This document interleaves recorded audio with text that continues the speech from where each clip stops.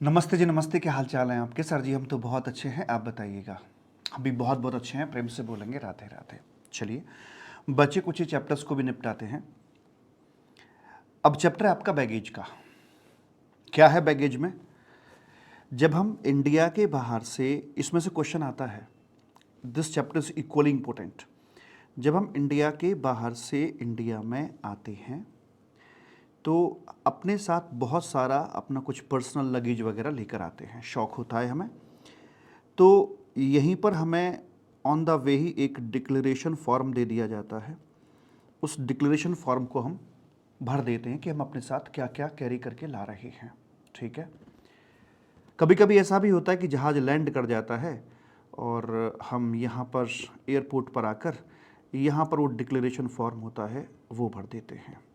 जहाज़ में तो क्या ही भरेंगे, बट मिल जाता है फॉर्म। भरते प्रैक्टिकल यूज़ से यहीं पर हैं। जहाज़ में चूक गए हो तो यहाँ से मिल जाता है। ठीक। जहाज का अराइवल इधर हो जाता है और जब यहाँ आप एयरपोर्ट पे आ जाते हो तो आपके सामने दो ऑप्शन होते हैं। एक तरफ होता है आपका ये रेड चैनल, एक तरफ होता है आपका ये ग्रीन चैनल, ऐसे करके। तो जो रेड चैनल होता है, यहाँ से वो लोग निकलते हैं जिनके पास में ड्यूटीएबल गुड्स है, और यहाँ से वो निकलते हैं जिनके पास ड्यूटी देने को नहीं बनती है। दूसरे शब्दों में बोलूँ तो इनके पास बोनाफाइड लगेज होता है, जेन्युइन लगेज है, उन्हें ड्यूटी नहीं भरनी, वो यहाँ से निकलते हैं। क्या क्या आता है बोनाफाइड के अंदर? आपके जो यूज्ड आर्टिकल्स हैं वो सारे के सारे आ जाते हैं। आपके जो लैपटॉप आ जाता है, अगर आपकी उम्र, आप अडल्ट हो तो। एंड साथ में जो नए आर्टिकल्स हैं वो आपके आ जाते हैं, और उसके लिए एक लिमिट बनी हुई है। 50,000 और 15,000 जैसी लिमिट्स बनी हुई हैं, अलग अलग केस में एप्लीकेबल होती हैं। लिमिट के बाद जो बचता है उस पर आपका 35% की ड्यूटी, 10% का social welfare surcharge, effective rate 38.5% से आपको ड्यूटी का पेमेंट करना होता है। यहाँ ध्यान रखने वाली बात यह है कि जब आप जाते हो तब भी यहाँ पर ड्यूटी फ्री शॉप आपको पड़ती है, और जब आते हो तब भी आपको ड्यूटी फ्री शॉप पड़ती है। जब जाते समय यहाँ से कुछ लेके जाते हैं तो उसे एक्सपोर्ट के इक्विवेलेंट मानते हैं, और यहाँ पर टैक्सेस टुक्सेस आपके नहीं लगाए जाते हैं। और जब इंडिया के बाहर से आ रहे हैं और अगर कुछ सामान किसी ने कुछ मंगाया था, भूल भाल आए, तो हमने कहा चलो यहाँ से लेते हैं, अराइवल हॉल की ड्यूटी फ्री शॉप से लेते हैं। तो यहाँ से जो सामान आपने लिया है ये भी आपके इंपोर्ट वाले लगेज के अंदर ऐड कर दिया जाता है। ऐसे ही मानते हैं जैसे इसे भी आप इंडिया के बाहर से लेकर आए हो, और फिर इसके हिसाब से फिर रेड चैनल या ग्रीन चैनल जो भी है आपका डिसाइड किया जाता है। ये दुकान जब बेचेगी ये तो टैक्स नहीं लगाएगी, लेकिन हाँ, यहाँ कैलकुलेशन में आने के बाद अगर नेट कुछ बचता है आपका तो यहाँ जरूर टैक्सेबल कैटेगरी के अंदर वो आ जाता है। ऐसे करके बोल दिया जाता है। अब यहाँ पर आपके जो सेक्शंस इस्तेमाल किए जाते हैं, सेक्शन नंबर 78, 79, 77 और 80 करके आते हैं।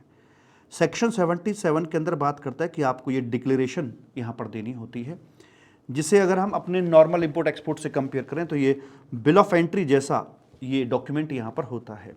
78 के अंदर हम रेट ऑफ रेलिवेंट डेट की बात करते हैं, कौन सी डेट का रेट अपना कंसिडर किया जाएगा। तो जिस दिन डिक्लेरेशन दे रहे हैं उस दिन का रेट यहाँ पर कंसिडर किया जाता है।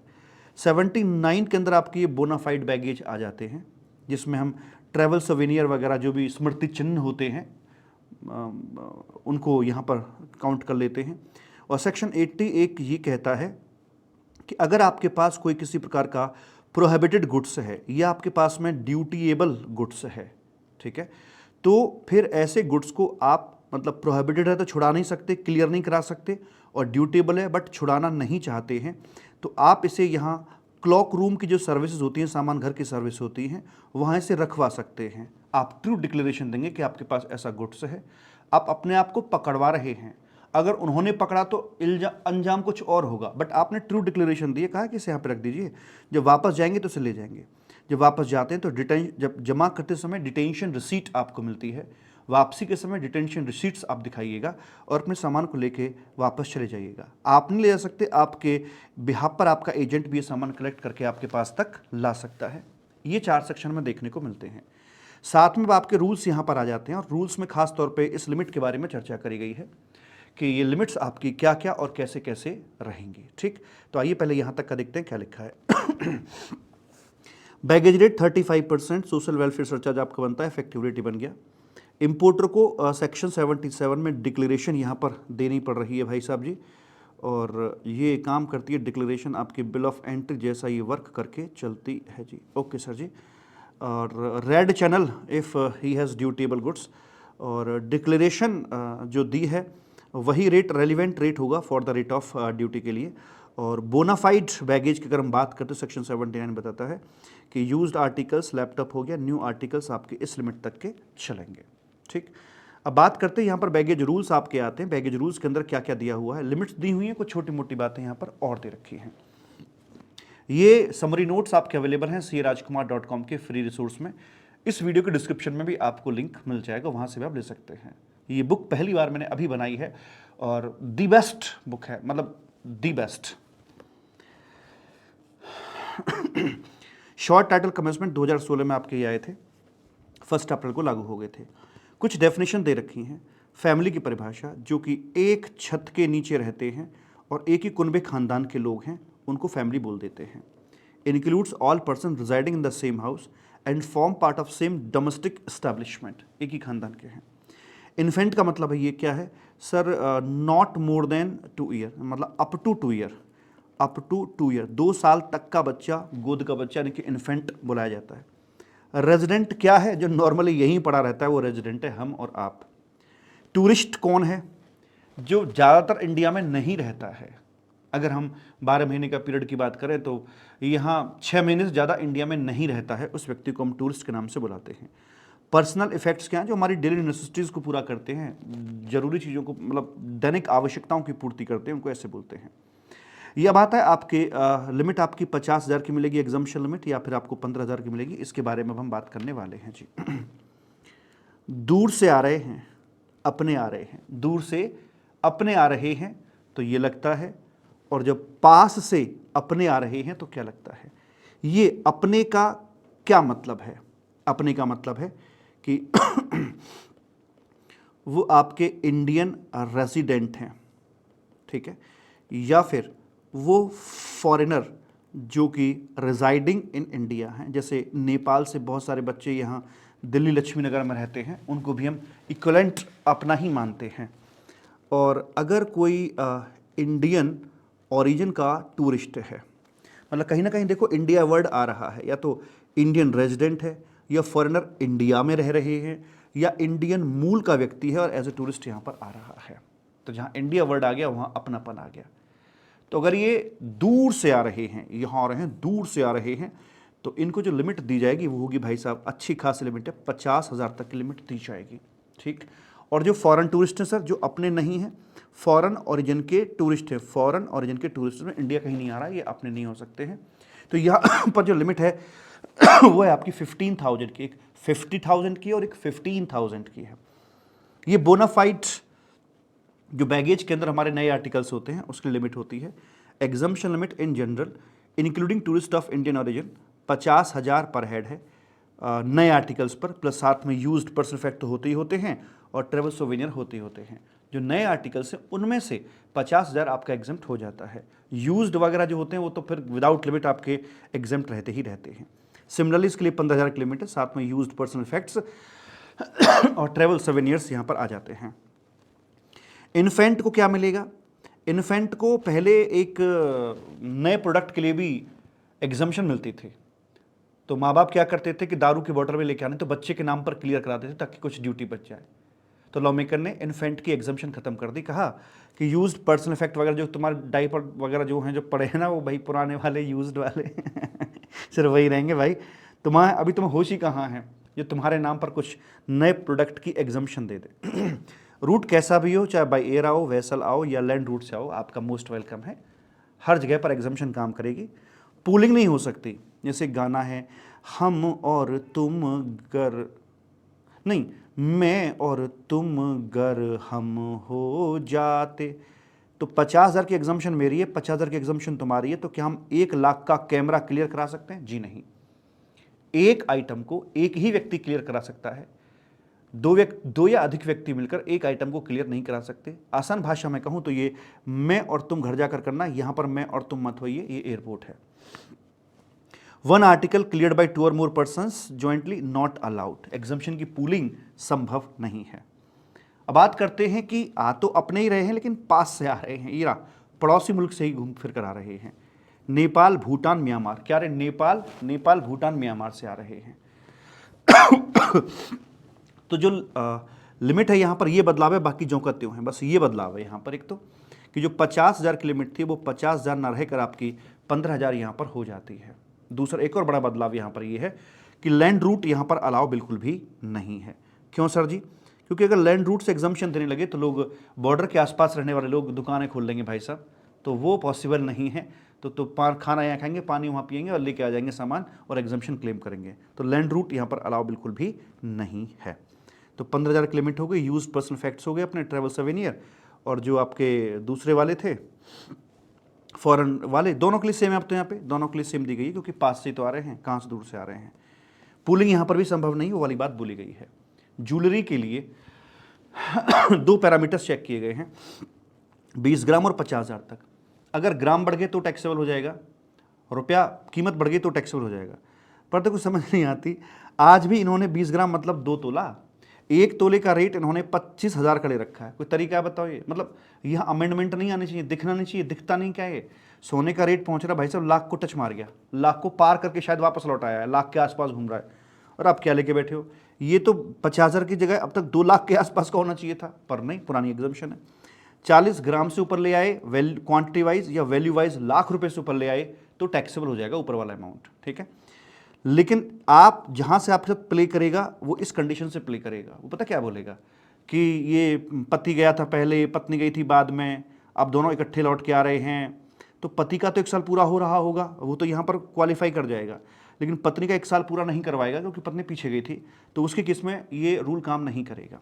सबसे बड़ी बात यह है कि जब भी ज्वेलरी की बात हो ना अगर, तो पहले आप रूल नंबर 5 की जो एग्जम्पशन है इसको एग्जॉस्ट करना, इसे पूरा खींचने के बाद में फिर जो बचेगा, अगर कुछ बैलेंस वैल्यू बच जाती है टैक्सेबल है, तो वहाँ आपके रूल नंबर 3 या 4 कोई एक लगेगा, उसकी एग्जम्पशन का भी इस्तेमाल किया जा सकता है। पहले नंबर पर रूल नंबर 5 को अप्लाई करना है। अगर एग्जॉस्ट हो गई पूरी ज्वेलरी तो ठीक है, अगर स्टिल कोई ड्यूटेबल अमाउंट है तो इसका बेनिफिट, इससे आप वहाँ रूल 3 और 4 की जो एग्जम्पशन है 50,000 या 15,000 के केस में भी, तो उसका बेनिफिट भी आप इसके ऊपर ले सकते हैं। नंबर 2 पर रूल नंबर 3 या 4 एज द केस में भी। छठा रेलिवेंट नहीं है, 7वां भी कुछ नहीं है, करेंसी गुड्स होती है बट इंपोर्ट ड्यूटी की बात नहीं करते। फेमा रेगुलेशंस ऐसे पकड़ लेते हैं। अनअकम्पनीड बैगेज की बात करते हैं। अनअकम्पनीड मतलब जिसे हम अपने साथ कैरी नहीं कर रहे हैं, वो अपना अनअकम्पनीड बैगेज कहा जाता है। तो आप यहाँ आए किस लिए? नंबर 1, आप यहाँ आ गए, आपके आने के 2 महीने के भीतर अगर आपका गुड्स आ जाता है, भाई आगे पीछे भी आएगा गुड्स आपके, तो कुछ समय सीमा होनी चाहिए कि नहीं होनी चाहिए? आपके आने के 2 महीने में आ जाता है, या आपके आने के, आप आए, आपके पीछे पीछे गुड्स आ गया 2 महीने के अंदर, और या आपके आने के बाद अगर आ रहा, नहीं आपसे पहले, नहीं, सुनो यहां पर क्या है कि मान लीजिए ऐसा है, अराइवल ऑफ पैसेंजर आपका यहाँ हुआ है और गुड्स आपका या तो यहाँ आएगा या गुड्स आपका यहाँ आएगा, आपके साथ नहीं आएगा, आपसे आगे पीछे आएगा।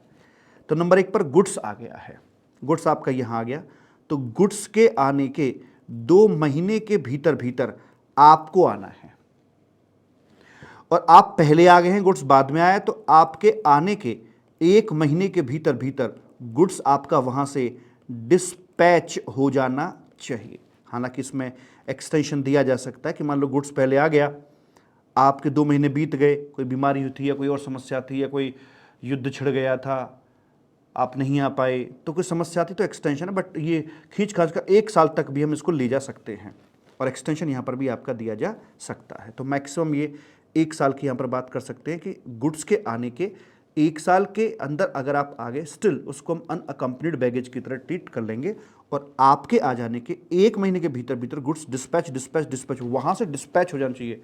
यहाँ लैंड के लिए नहीं 1 महीना, वहाँ से डिस्पैच आपका ये हो जाना चाहिए, ऐसे बोलते हैं।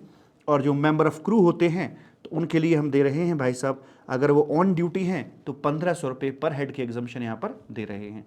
अगर ऑफ ड्यूटी है फिर तो एक आम पैसेंजर की तरह हो, 50,000 या 15,000 की जो लिमिट हैं वो उनको यहाँ पर अवेलेबल हो जाती हैं। सबसे मजेदार बात यह है कि how to compute the duty. अगर क्वेश्चन यहाँ से आएगा तो आपसे इंपोर्ट ड्यूटी कैलकुलेट करवाएगा। तो आपका जो भी यहां पर आर्टिकल आ रहा होगा इन 3 कैटेगरीज में वो बटेगा। यूज्ड आर्टिकल, ट्रेवल सवेनियर, एक लैपटॉप, एक कैटेगरी ये बनती है। यहां तक आपका बोनाफाइड बैगेज होता है, और बोनाफाइड जो बैगेज होगा भाई साहब उसके ऊपर हम कोई किसी प्रकार की ड्यूटी की बात नहीं करके चलते हैं, नील नील और नील जो बोनाफाइड में आ जाएगा। ठीक है जी। फायर आर्म्स आपके यहाँ पर ये फायर आर्म्स हो गए, कार्ट्रिज इन एक्सेस ऑफ 50 हो गए, आपके सिगार 25 से ज़्यादा, टोबैको 100 ग्राम से ज़्यादा, टोबैको नहीं सिगार सिगरेट 100 से ज़्यादा, टोबैको 125 ग्राम से ज़्यादा, आपका लीकर 2 लीटर से ज़्यादा। अति हर चीज़ की बुरी होती है, ज़्यादा नहीं। सिगरेट 50 बहुत है सर, अगर 15 का पैकेट हो तो।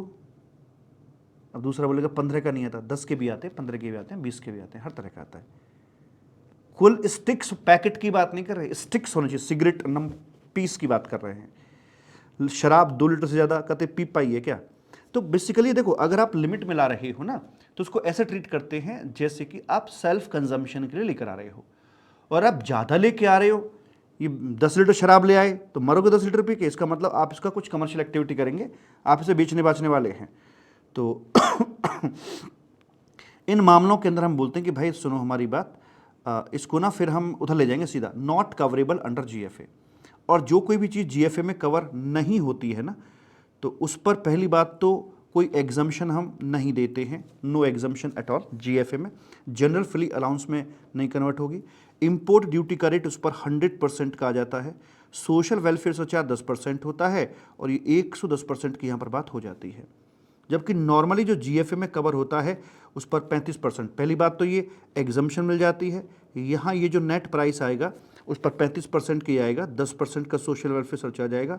इफेक्टिवली 10% 35 का है, इफेक्टिवली 38.5% का आ जाता है, और यहाँ अपना ये नील रहता ही है। ठीक है जी, इस प्रकार से बात करी जाती है। अब ये अपनी बात होगी जी। यहाँ पर आकर ज्वेलरी की बात करते हैं। ज्वेलरी आपकी जीएफए में कवर हो जाती है, बट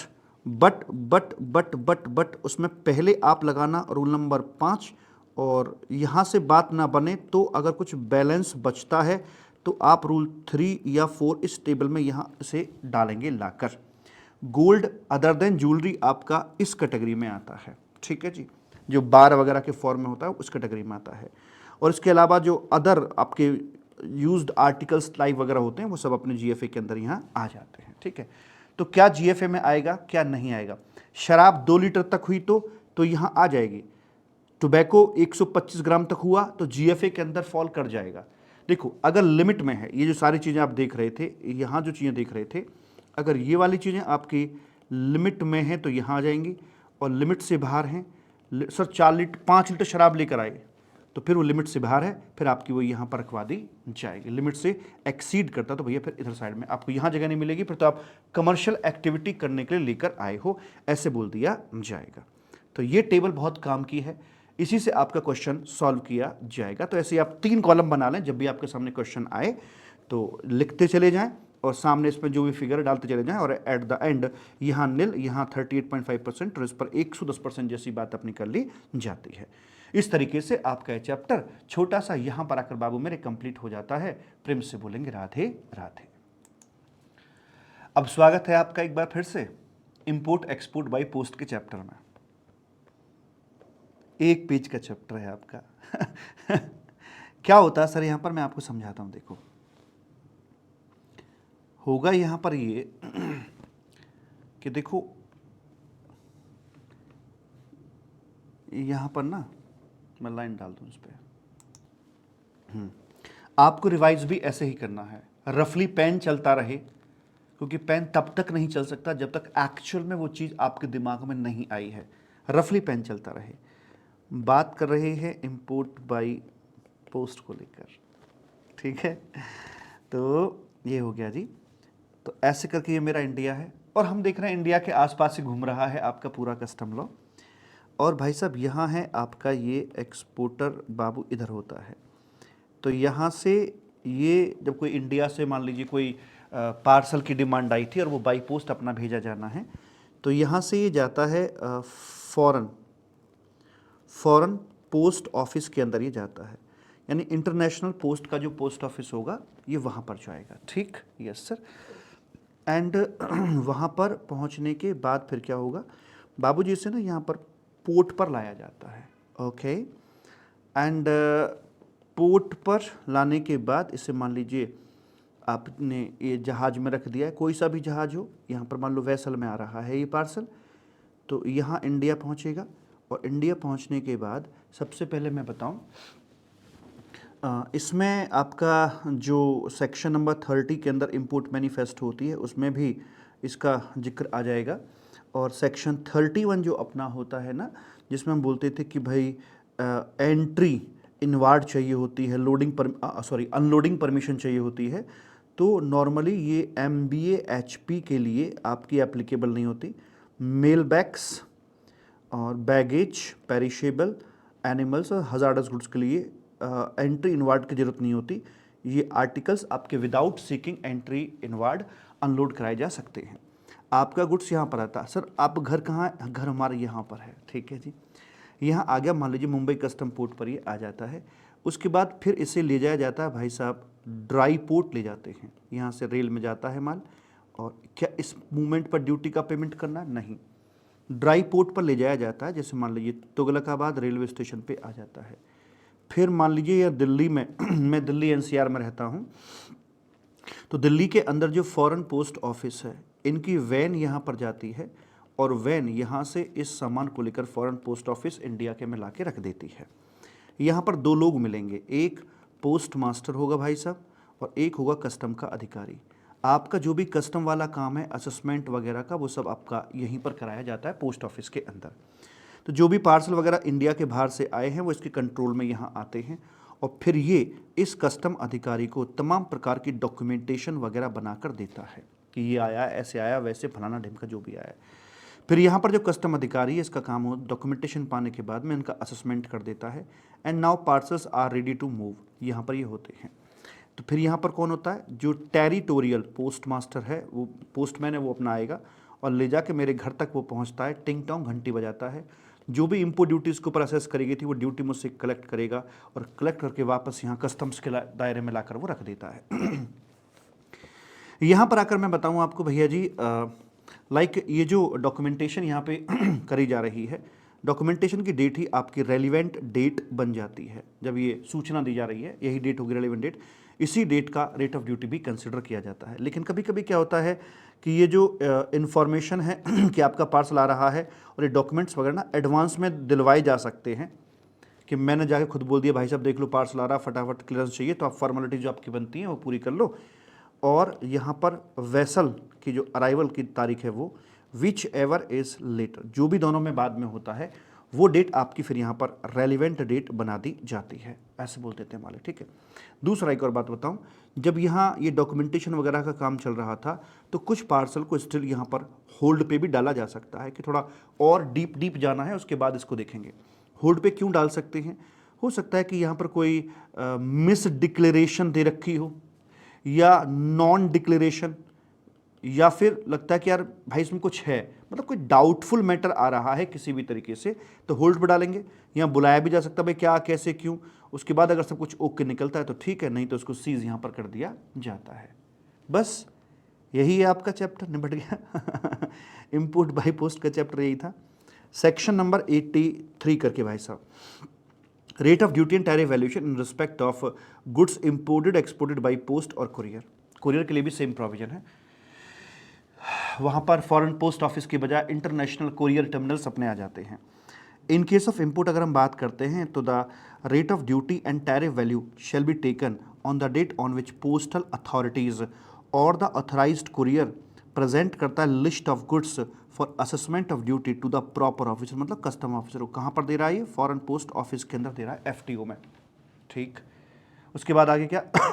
प्रोवाइडेड दैट यदि if such goods are imported by vessel हैं and the list of the goods containing the particulars was presented before, advance में दे दी जाती है, तो उस वाले केस में वेसल का अराइवल डेट को the list shall be deem to have been presented. तो ऐसे कह दीजिए कि वेसल की अराइवल डेट और डॉक्यूमेंट सबमिशन की date which ever is later, because we want ताज़ा हमें यहाँ ताज़ा रेट चाहिए होता है। एक्सपोर्ट के मामले में क्या करेंगे सर जी, बताते हैं, पहले इंपोर्ट की पूरी गाथा पढ़ लेते हैं। The bags containing parcels must be labelled as post parcels, ठीक है। On receipt of the parcel mail the post master, ये इंडियन एफटीओ में जब आ गए हैं वहाँ से बात शुरू हो रही है, ठीक है। On receipt of the parcel mail the post master will hand over to the principal appraiser, क्या मतलब कस्टम ऑफिसर को, क्या, a memorandum showing total number of parcel received and parcel bill, इसको दे देगा। Any other requisite information which the post office able to furnish, मतलब जो भी जरूरी डॉक्यूमेंटेशन है वो यहाँ पे सौंप देगा असेसमेंट पर्पस के लिए। On receipt of the documents the appraiser यानी custom officer will examine the same and mark of all the parcel required to be detained for examination. अगर मान लीजिए डिटेल्ड एग्जामिनेशन की कोई ज़रूरत है तो भाई उसके लिए रोक देगा वहाँ पर वो। Either for want of necessary particulars, कुछ ये दिल मांगे कह रहा है मोर्स, और मोर मांगे मोरनी, और डिफेक्टिव डिस्क्रिप्शन कि जो आपने बता रखा है इसमें लिखा कुछ और है कुछ और इसके अंदर, या फिर सस्पेक्टेड मिस डिक्लेरेशन और under valuation of the content. ये इंपॉर्टेंट पार्ट है, किन ग्राउंड पर वो आपके पार्सल को होल्ड कर सकता है। थ्योरी में 2 नंबर का क्वेश्चन आ सकता है। The post master will get the mail bags opened and scrutinised in the presence of the custom appraiser, जो कस्टम अधिकारी है पोस्ट मास्टर खुलवाएगा, ये पार्सल खुलवा रखा है इसमें। For detaining parcel suspected to contain the dutiable goods, अच्छा। Other parcel जो होते हैं जिनमें कोई दिक्कत नहीं आई will be assessed by the proper officer, मतलब कस्टम अधिकारी के द्वारा, by showing the rate of duty on the declaration और on the parcel bill. When further information is required the address may be called upon, अगर कुछ जरूरत पड़ती है तो उसको भी यहाँ पर बुलाया जा सकता है। The post master will detain the parcel marked and detention and allow other parcels to be delivered against payment of duty marked on the parcels. When the detained parcels are ready for examination, तो उनको check कर कराने के बाद में उन्हें भी भेज देंगे, और जो पैसा है वो ला के कस्टम डिपार्टमेंट को ड्यूटीज़ कलेक्ट की जाएंगी by the postal department will paid to the custom department periodically, यहाँ पर इसका पेमेंट ये कर देते हैं। इस प्रकार से इंपोर्ट एक्सपोर्ट आपका सुगम बना दिया जाता है। अब आता है भाई साहब अगला चैप्टर आपका यहाँ पर ना रिफंड का, ये भी 1 पेज का चैप्टर है। हे प्रभु, और सब मिलेगा ऐसा कुछ नहीं कि छूटा हुआ हो। ये आपका 27 सेक्शन और ये सेक्शन नंबर 27, 2 सेक्शन है। 27 में तो इंटरेस्ट की बात करता है। एप्लीकेशन प्रोसेसिंग टाइम 3 महीने का है, और मतलब रिफंड ऑर्डर बन जाएगा 3 महीने में, और 3 महीने में अगर बात नहीं बनी तो फिर 3 महीने के बाद से आपको इंटरेस्ट लगना शुरू होता है। क्या है पूरा सिस्टम, आइए समझते हैं इसको भी यहाँ पर आकर बाबूजी। लो बाबूजी, तो चैप्टर आ गया भैया जी यहाँ पर आकर रिफंड का। राइट बेबी, हाँ सर एकदम ठीक, कोई दिक्कत वाली बात नहीं है। तो रिफंड चैप्टर में आपका बहुत बहुत स्वागत है। प्रेम से बोलेंगे राधे राधे। कैसे काम करता है ये आपका रिफंड का चैप्टर, तो देखिए हमारी बात सुनिए यहाँ पर आकर भाई साहब। देखिए यहाँ पर होता है आपका इम्पोर्टर बाबू, यहाँ पर ये इसका मान लीजिए बायर हो गया है ना, और बायर के बाद में भाई साहब फिर आपका एंड यूज़र यहाँ पर हम जोड़ देते हैं। ये हो गया भाई साहब यहाँ पर एंड यूज़र। ऐसे आपका रफली डायग्राम बन जाए ना, डायग्राम से भी कर लिया तो बहुत कुछ कर लिया, एक बार डायग्राम से रिकॉल कर लिया फिर पढ़ लिया, ये पक्की बात हो जाती है भाई साहब। और यहाँ होता है डिपार्टमेंट प्रैक्टिकली ACDC, जिसके पास आप रिफंड मांगने के लिए जाते हो। तो जितना जिसने दर्द सहा है उतना चैन भी पाया है। इनमें से कोई भी व्यक्ति इम्पोर्टर या बायर, ये तो एंड यूज़र है तो बेचारा क्या ही जाएगा, अगर इसकी जेब पर लोड पड़ा है तो कंज्यूमर वेलफेयर फंड के होते हुए यहाँ से यहाँ के लिए कंज्यूमर वेलफेयर फंड में इसका पैसा ट्रांसफ़र कर देते हैं, अगर इसके ऊपर लोड पड़ा है तो इनमें से जिसके ऊपर भी लोड पड़ा है, जिसने जितना दर्द सहा है उतना चैन भी पाया है, वो यहाँ पर ना एप्लीकेशन लेकर बाबू मेरे पहुँचता है। एप्लीकेशन का जो समय सीमा होती है वो होती है 1 year, 1 year from the relevant date ये पहुँच जाता है, ठीक है। यस सर, लेकिन ये जो 1 ईयर की जो लिमिट है ना, 1 ईयर की जो लिमिट है ये एप्लीकेबल नहीं होती है on duty paid under protest. Wordings contradictory हैं, ड्यूटी पेड भी कर रहे हैं, अंडर प्रोटेस्ट भी कर रहे हैं, तो वहाँ पर ये लिमिट आपकी एप्लीकेबल नहीं कराई जाएगी। और कहाँ से, फ्रॉम द रेलिवेंट डेट। अब रेलिवेंट डेट क्या होती है उस पर मैं अभी चर्चा करता हूँ आपसे, लेकिन आपको बता दूँ जब आपकी एप्लीकेशन यहाँ पर पहुँच जाती है तो आपकी एप्लीकेशन को प्रोसेस किया जाता है। कोई भी चीज़ प्रोसेस करने के लिए प्रोसेसिंग टाइम लगता है ना उसमें, यस सर। तो यहाँ पर आएगा इसका प्रोसेसिंग टाइम आएगा। प्रोसेसिंग टाइम में दिया गया भाई साहब 3 महीने, 3 महीने में रिफंड दे दिया तो आपको इंटरेस्ट अब नहीं मिलने का है। लेकिन अगर 3 महीने में ये नहीं दिया जाता है तो फिर आपको ये 3 महीने बाद से विद इंटरेस्ट पैसा दिया जाएगा at the rate of 6% per annum के हिसाब से। Right baby? Yes sir. अब जब रिफंड का थैला यहाँ पर आखिरकार बन ही गया है, थैला ऐसा होता है, हाँ ऐसे होता है, तो सरकार क्या मान के चलती है कि भाई आपने तो इस बेचारे आदमी को मारा होगा, यहाँ पर मारा होगा, इसलिए by following doctrine of unjust enrichment हम ये पैसा कंज्यूमर वेलफेयर फंड में ही ट्रांसफर करेंगे। डॉक्ट्रिन मतलब सिद्धांत, अनजस्ट मतलब अनजस्टिफाइबली अनुचित तरीके से, और एनरिचमेंट मतलब धनी बनाना। अनुचित तरीके से किसी और को धनी नहीं बनाया जाएगा। अगर पैसा इसका है तो ये रिफंड आपको देकर आपको अनुचित तरीके से धनी हम यहां पर नहीं बनाएंगे। तो बाय फॉलोइंग, ध्यान सुनना मेरे वर्डिंग्स को, by following unjust of enrichment पैसा यहां जाएगा। ये अनजस्ट एनरिचमेंट एक आंधी है, ये एक आंधी है जो रिफंड को उड़ा ले जाती है, आंधी है जो रिफंड को उड़ा ले जाती है और कहां ले जाकर छोड़ती है? कंज्यूमर वेलफेयर फंड में। मेरे वर्ड, मार्क माय वर्ड्स, ये जो डॉक्ट्रिन ऑफ अनजस्ट एनरिचमेंट है ये एक आंधी है जो कि रिफंड को उड़ा ले जाती है और कहां ले जाकर छोड़ती है? कंज्यूमर वेलफेयर फंड में। परंतु हम आपको बता दें कहां पर ये आंधी नहीं चलेगी, कभी आंधी शांत हो जाएगी। यानी कि डॉक्ट्रिन ऑफ जो अनजस्ट एनरिचमेंट है ये एप्लीकेबल नहीं कराया जाएगा। कब एप्लीकेबल नहीं कराया जाएगा? नंबर 1 कि भाई मान लीजिए लाइक जो लोड है वो लोड ऑफ टैक्स जो है वो इनमें से किसी ने एक ने सहा है, ये सिद्ध हो जाता है, इन्होंने बेयर किया है, इन्होंने इंसिडेंस आगे पास ऑन नहीं किया है, या बैगेज का मामला है जो कि पर्सनल लगेज होता है, उसमें कमर्शियल एक्टिविटी तो आगे होती ही नहीं है, तो आगे कंज्यूमर पे शिफ्ट होने का सवाल ही पैदा नहीं होता। या ड्यूटी ड्रॉबैक का पैसा भैया, वो भी आपका पैसा होता है, तो अगर आपका पैसा तो आपको मिलेगा, नहीं तो कंज्यूमर वेलफेयर फंड के अंदर चला जाएगा। या फिर एक्सपोर्ट ड्यूटी का रिफंड आप मांग रहे हो तो वैसे वाले मामले के अंदर पैसा आपको ही दिया जाएगा और आगे किसी और को वो नहीं दिया जाएगा, कंज्यूमर वेलफेयर फंड में ट्रांसफर नहीं करेंगे। थ्योरी क्वेश्चन आ जाता है 2-3 नंबर का कि वो सिचुएशंस बताइए जहां पर कि डॉक्ट्रिन ऑफ अनजस्ट एनरिचमेंट आपका एप्लीकेबल नहीं होता है, तो आपको जवाब में ये चीज लिख के आनी है। ठीक, यस सर। यहां थी आपकी रेलिवेंट डेट कि रेलिवेंट डेट क्या होगी। देखिए, अगर आपका ये इंपोर्टर बाबू है और ये रिफंड यहां पर क्लेम कर रहा है, तो जिस दिन इसने इंपोर्ट ड्यूटी पे कर दी थी वो इसकी यहां पर रेलिवेंट डेट बन जाएगी। ऑब्वियस सी बात है कि वैसे बनेगी। अगर बायर रिफंड क्लेम कर रहा है तो ये कब पिक्चर में आया? जब इसने परचेज किया। और इंपोर्टर कब पिक्चर में आया? जब ड्यूटी पे कर दी। इंपोर्टर जब इंपोर्ट ड्यूटी पे कर दी, इंपोर्टर इंपोर्ट ड्यूटी, बायर जब बाई किया। ओहो हो, ऐसे याद रखना है, इंपोर्टर कर रहा है तो इंपोर्टर मतलब आई एम, जब इंपोर्ट ड्यूटी पे करी। बायर के लिए जब इसने बाय किया, बायर ने बाय किया। ओके, ऐसे, हाँ ऐसे है। और अगर कोई रेट्रोस्पेक्टिव एग्जम्पशन नोटिफिकेशन है तो नोटिफिकेशन की जो डेट थी वो यहां पर आ जाएगी। प्रोविजनल असेसमेंट था तो जब वो फाइनलाइज आपका हो जाएगा तब वो हमारी रेलिवेंट डेट वहां पर आकर बना दी जाएगी।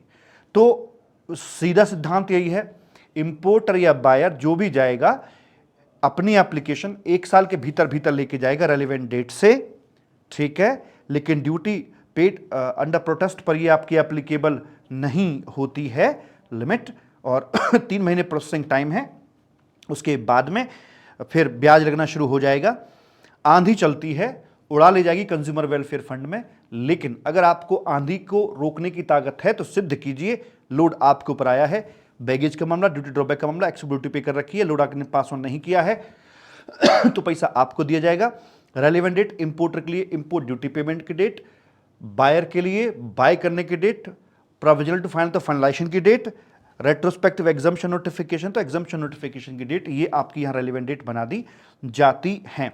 और मजे की बात बताऊं, अगर आपका ये अमाउंट रिफंड का 99 है तो भूल जाइए, 100 है तो मिल जाएगा, 2 डिजिट में अमाउंट है तो आपको ये नहीं मिलेगा। जबकि जीएसटी के अंदर ट्रिपल डिजिट तक नहीं मिलता है, जीएसटी में इतना है तो नहीं मिलता, 1000 है तो मिल जाएगा, लेकिन यहाँ पर डबल डिजिट है। पुराना लॉ बना हुआ है, पुरानी लिमिट्स पड़ी हुई है। तो मान लीजिए जमाना कहाँ से कहाँ बढ़ गया है, ये तब की है जब से 100 रुपये 1000 हो गया। 10 गुनी महंगाई बढ़ चुकी है।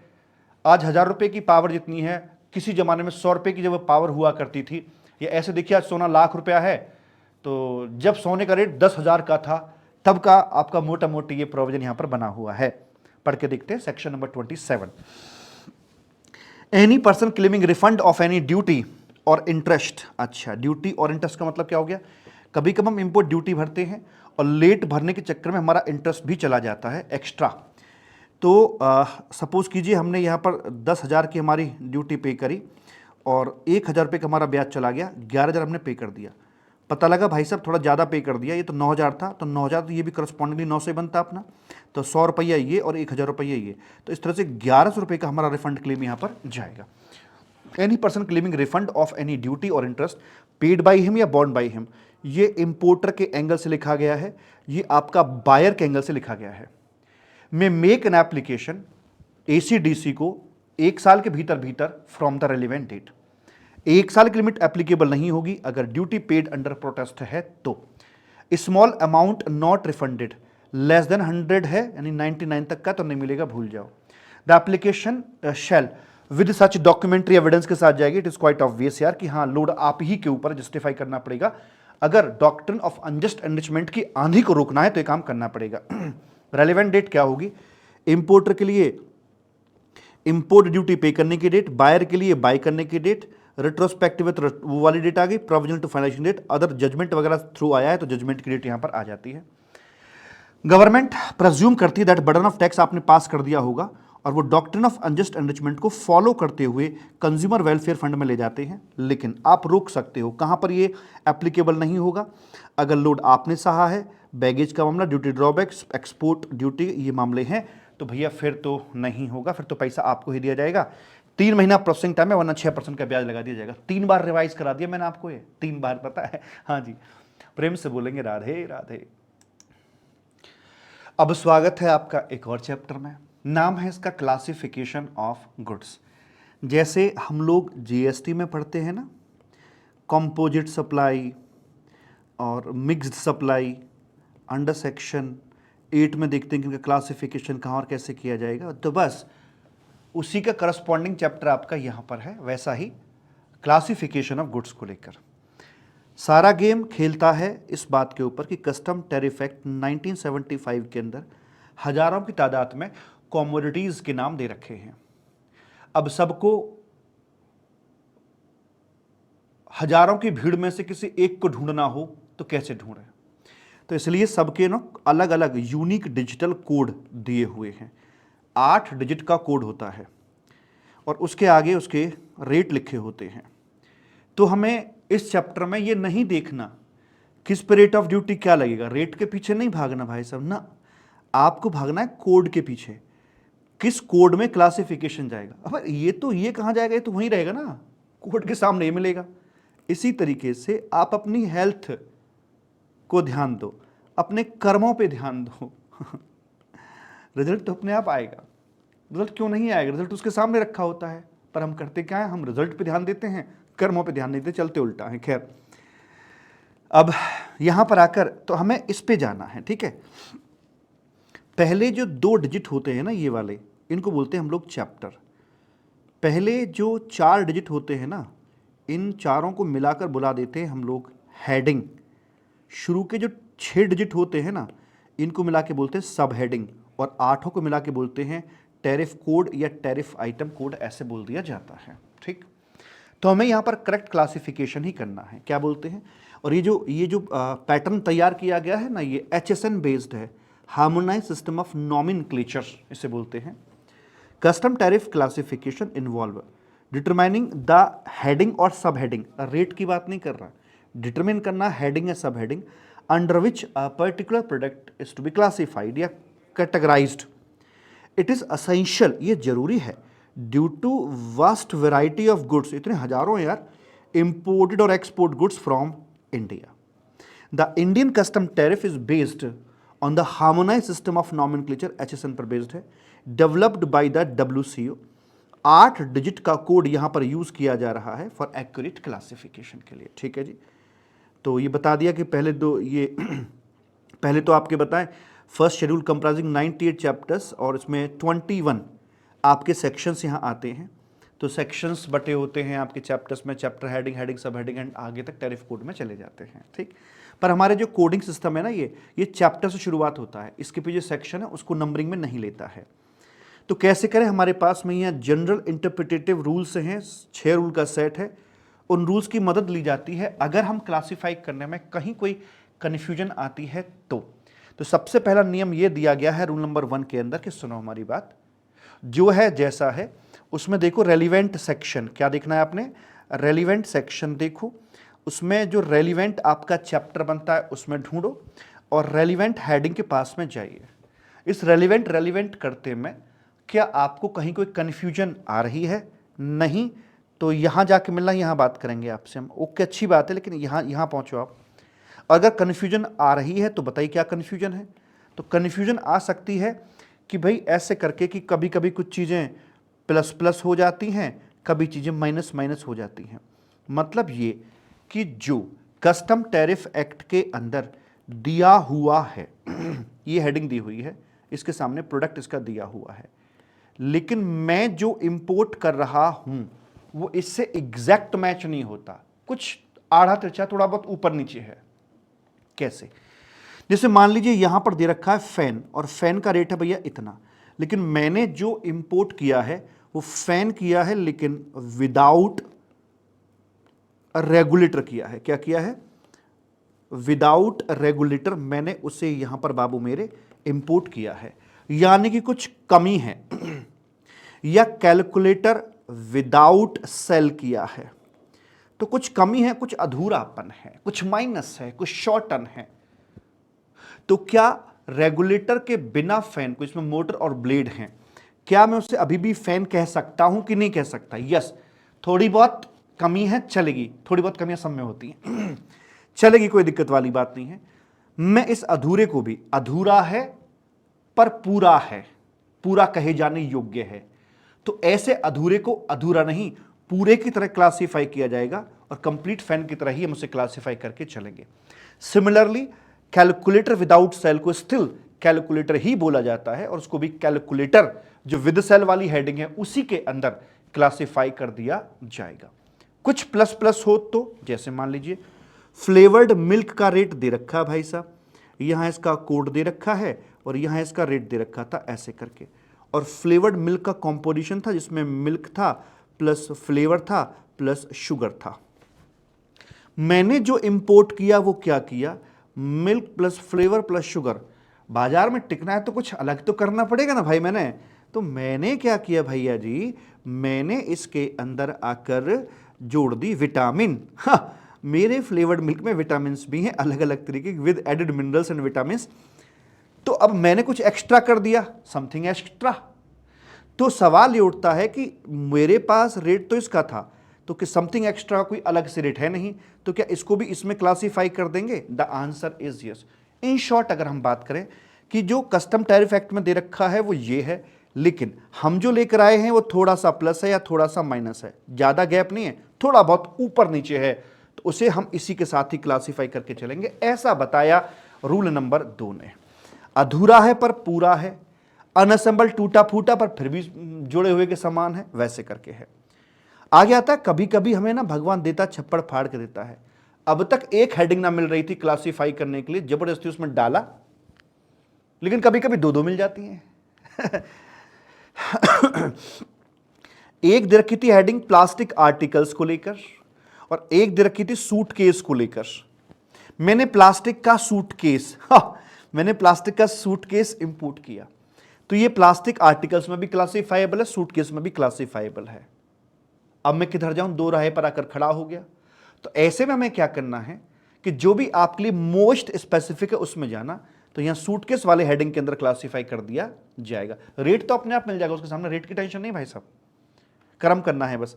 असेंशियल कैरेक्टर मतलब क्या, जैसे मान लीजिए ये एक पेंसिल है और कच्ची पेंसिल नहीं होती, और पेंसिल के टॉप पे इधर लगा हुआ है भाई साहब रबर, कुछ ज़्यादा रबर नहीं लगा दी, हाँ लग गया, तो ये रबर लगा हुआ है। अब ये जो प्रोडक्ट है आपका दो चीज़ों से मिलकर बना है, इसमें इरेजर यानी कि रबर भी है और ये आपका पेंसिल भी है। तो मैं इसे रबर में क्लासीफाई करूं कि पेंसिल में करूं? तो यहां बोलता एसेंशियल कैरेक्टरिस्टिक किस केस में है, तो मिक्स, पर ज्यादा लक्षण किसके हैं? क्या बुलाएंगे बाजार, मतलब क्या बोलेंगे, पेंसिल बोलेंगे, रबड़ बोलेंगे, या क्या है मेन मेन मेन आर्टिकल क्या है? सर पेंसिल है, तो इसमें वो हम पेंसिल के अंदर अपना क्लासीफाई करके चलेंगे ऐसे। लेटर इज बेटर, कभी कभी क्या होता है हमें पता नहीं चल पाता कि यार कौन सा प्रिंसिपल है, क्या है, कैसे, जैसे मिक्स सप्लाई में नहीं होता, वहां पर अक्कड़ बक्कड़ में बोली तो करते थे। जीएसटी के अंदर जो हमारी मिक्स सप्लाईज होती हैं उसमें यही पता नहीं चलता कि भाई साहब जैसे मिठाई का उसका दिवाली के समय गिफ्ट पैक आते हैं, दिए भी हैं, चॉकलेट भी है, और ड्राई फ्रूट्स भी हैं, और कुछ कोल्ड ड्रिंक वगैरह भी है। अब सारे मंत्री अपने आप में सारे प्रिंसिपल नहीं पता लग रहा कौन सा मेन है, तो ऐसे कभी कभी यहाँ पर हो जाता है। जैसे ईसुजू, ये कार है, अब ये कार आपकी पैसेंजर ट्रांसपोर्टेशन में भी इस्तेमाल हो जाती है और गुड्स ट्रांसपोर्टेशन में इस्तेमाल हो जाती है। तो मैं पैसेंजर ट्रांसपोर्टेशन व्हीकल में लेके जाऊं या यहां लेके जाऊं, तो जब ऐसा कुछ होता तो हम जीएसटी में क्या करते थे, अक्कड़ बक्कड़ बम्बे बोल, जो सा highest rate of tax carry करता है।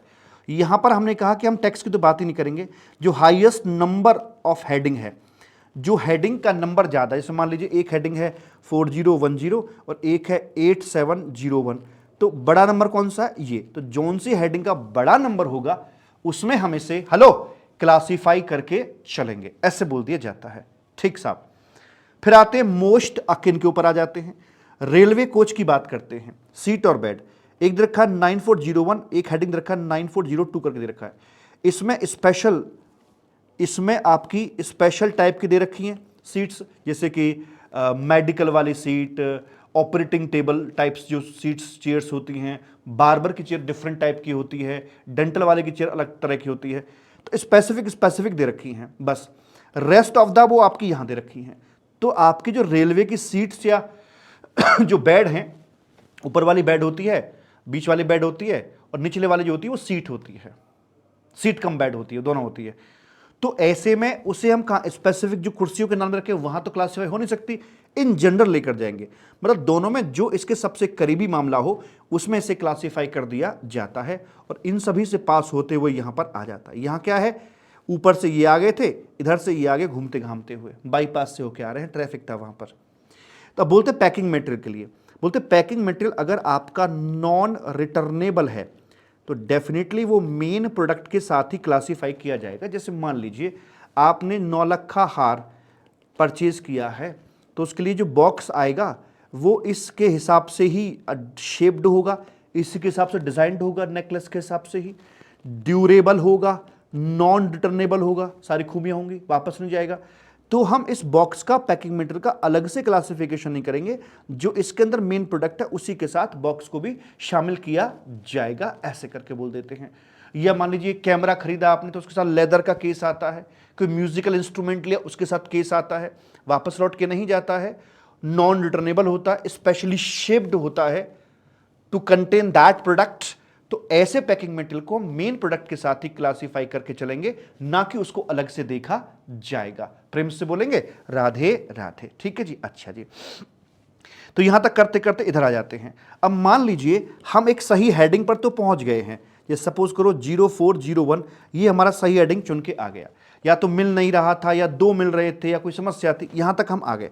लेकिन ब्रो कुछ प्रॉब्लम है जे, अब हेडिंग तो ओके है, बट अगर हेड समस्या सब हेडिंग लेवल पे आ गई तो, जैसे मान लो ये 0401 है, 0401 है, अब इसके आगे जो है, अब 01 में क्लासीफाई करूं या 02 में क्लासीफाई करूं, सब हेडिंग लेवल पर प्रॉब्लम आ जाती है। तो यहां पर ये बोला जाता है कि भाई अब तक आपने जो प्रीसीडिंग रूल यूज किए हैं हेडिंग का, सही हेडिंग का चुनाव करने में, जो आपने नियम कानून इस्तेमाल किए हैं वही नियम कानून मुटैटिस मुटेंडिस अप्लाई कर देना इसके लिए। जो नियम कानून हाईवेज पर इस्तेमाल किए हैं वही नियम कानून इन गलियों में भी इस्तेमाल कर देना। So apply provision of rule 125 मुटैटिस मुटेंडिस। क्या चेंज करना है, जहां जहां हेडिंग लिखा है वहां वहां सब हेडिंग कर दीजिए, बन गए rules. For collection of correct heading, मतलब अपने करेक्ट हेडिंग को फाइंड आउट करने के लिए, टू फाइंड आउट करेंगे, to find out correct heading के लिए, करेक्ट सब हेडिंग के लिए आप वही नियम कानून अपने इस्तेमाल करके चलेंगे। ये दे रखा है इसका यहां पर टेक्स्ट कि यहाँ पर 6 रूल टाइटल, रूल नंबर 1 में titles are reference only, legal classification determined by the heading sub heading, और अगर कोई एम्बिग्यूटी नहीं है तो जो क्लासिफिकेशन आपका निकल के आ रहा है नेचुरली वो फाइनल है।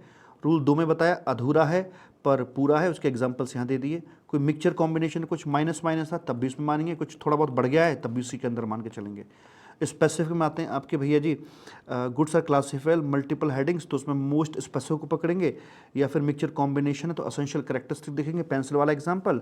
और स्टिल अनक्लियर है तो लास्ट हेडिंग जो होगी, then the last heading in numerical order, that is later is better, later is better जो होगा उसको यहाँ पर देखा जाएगा। इस बुक के अंदर टू द पॉइंट बात लिखी है, ना कुछ कम है ना कुछ ज़्यादा है।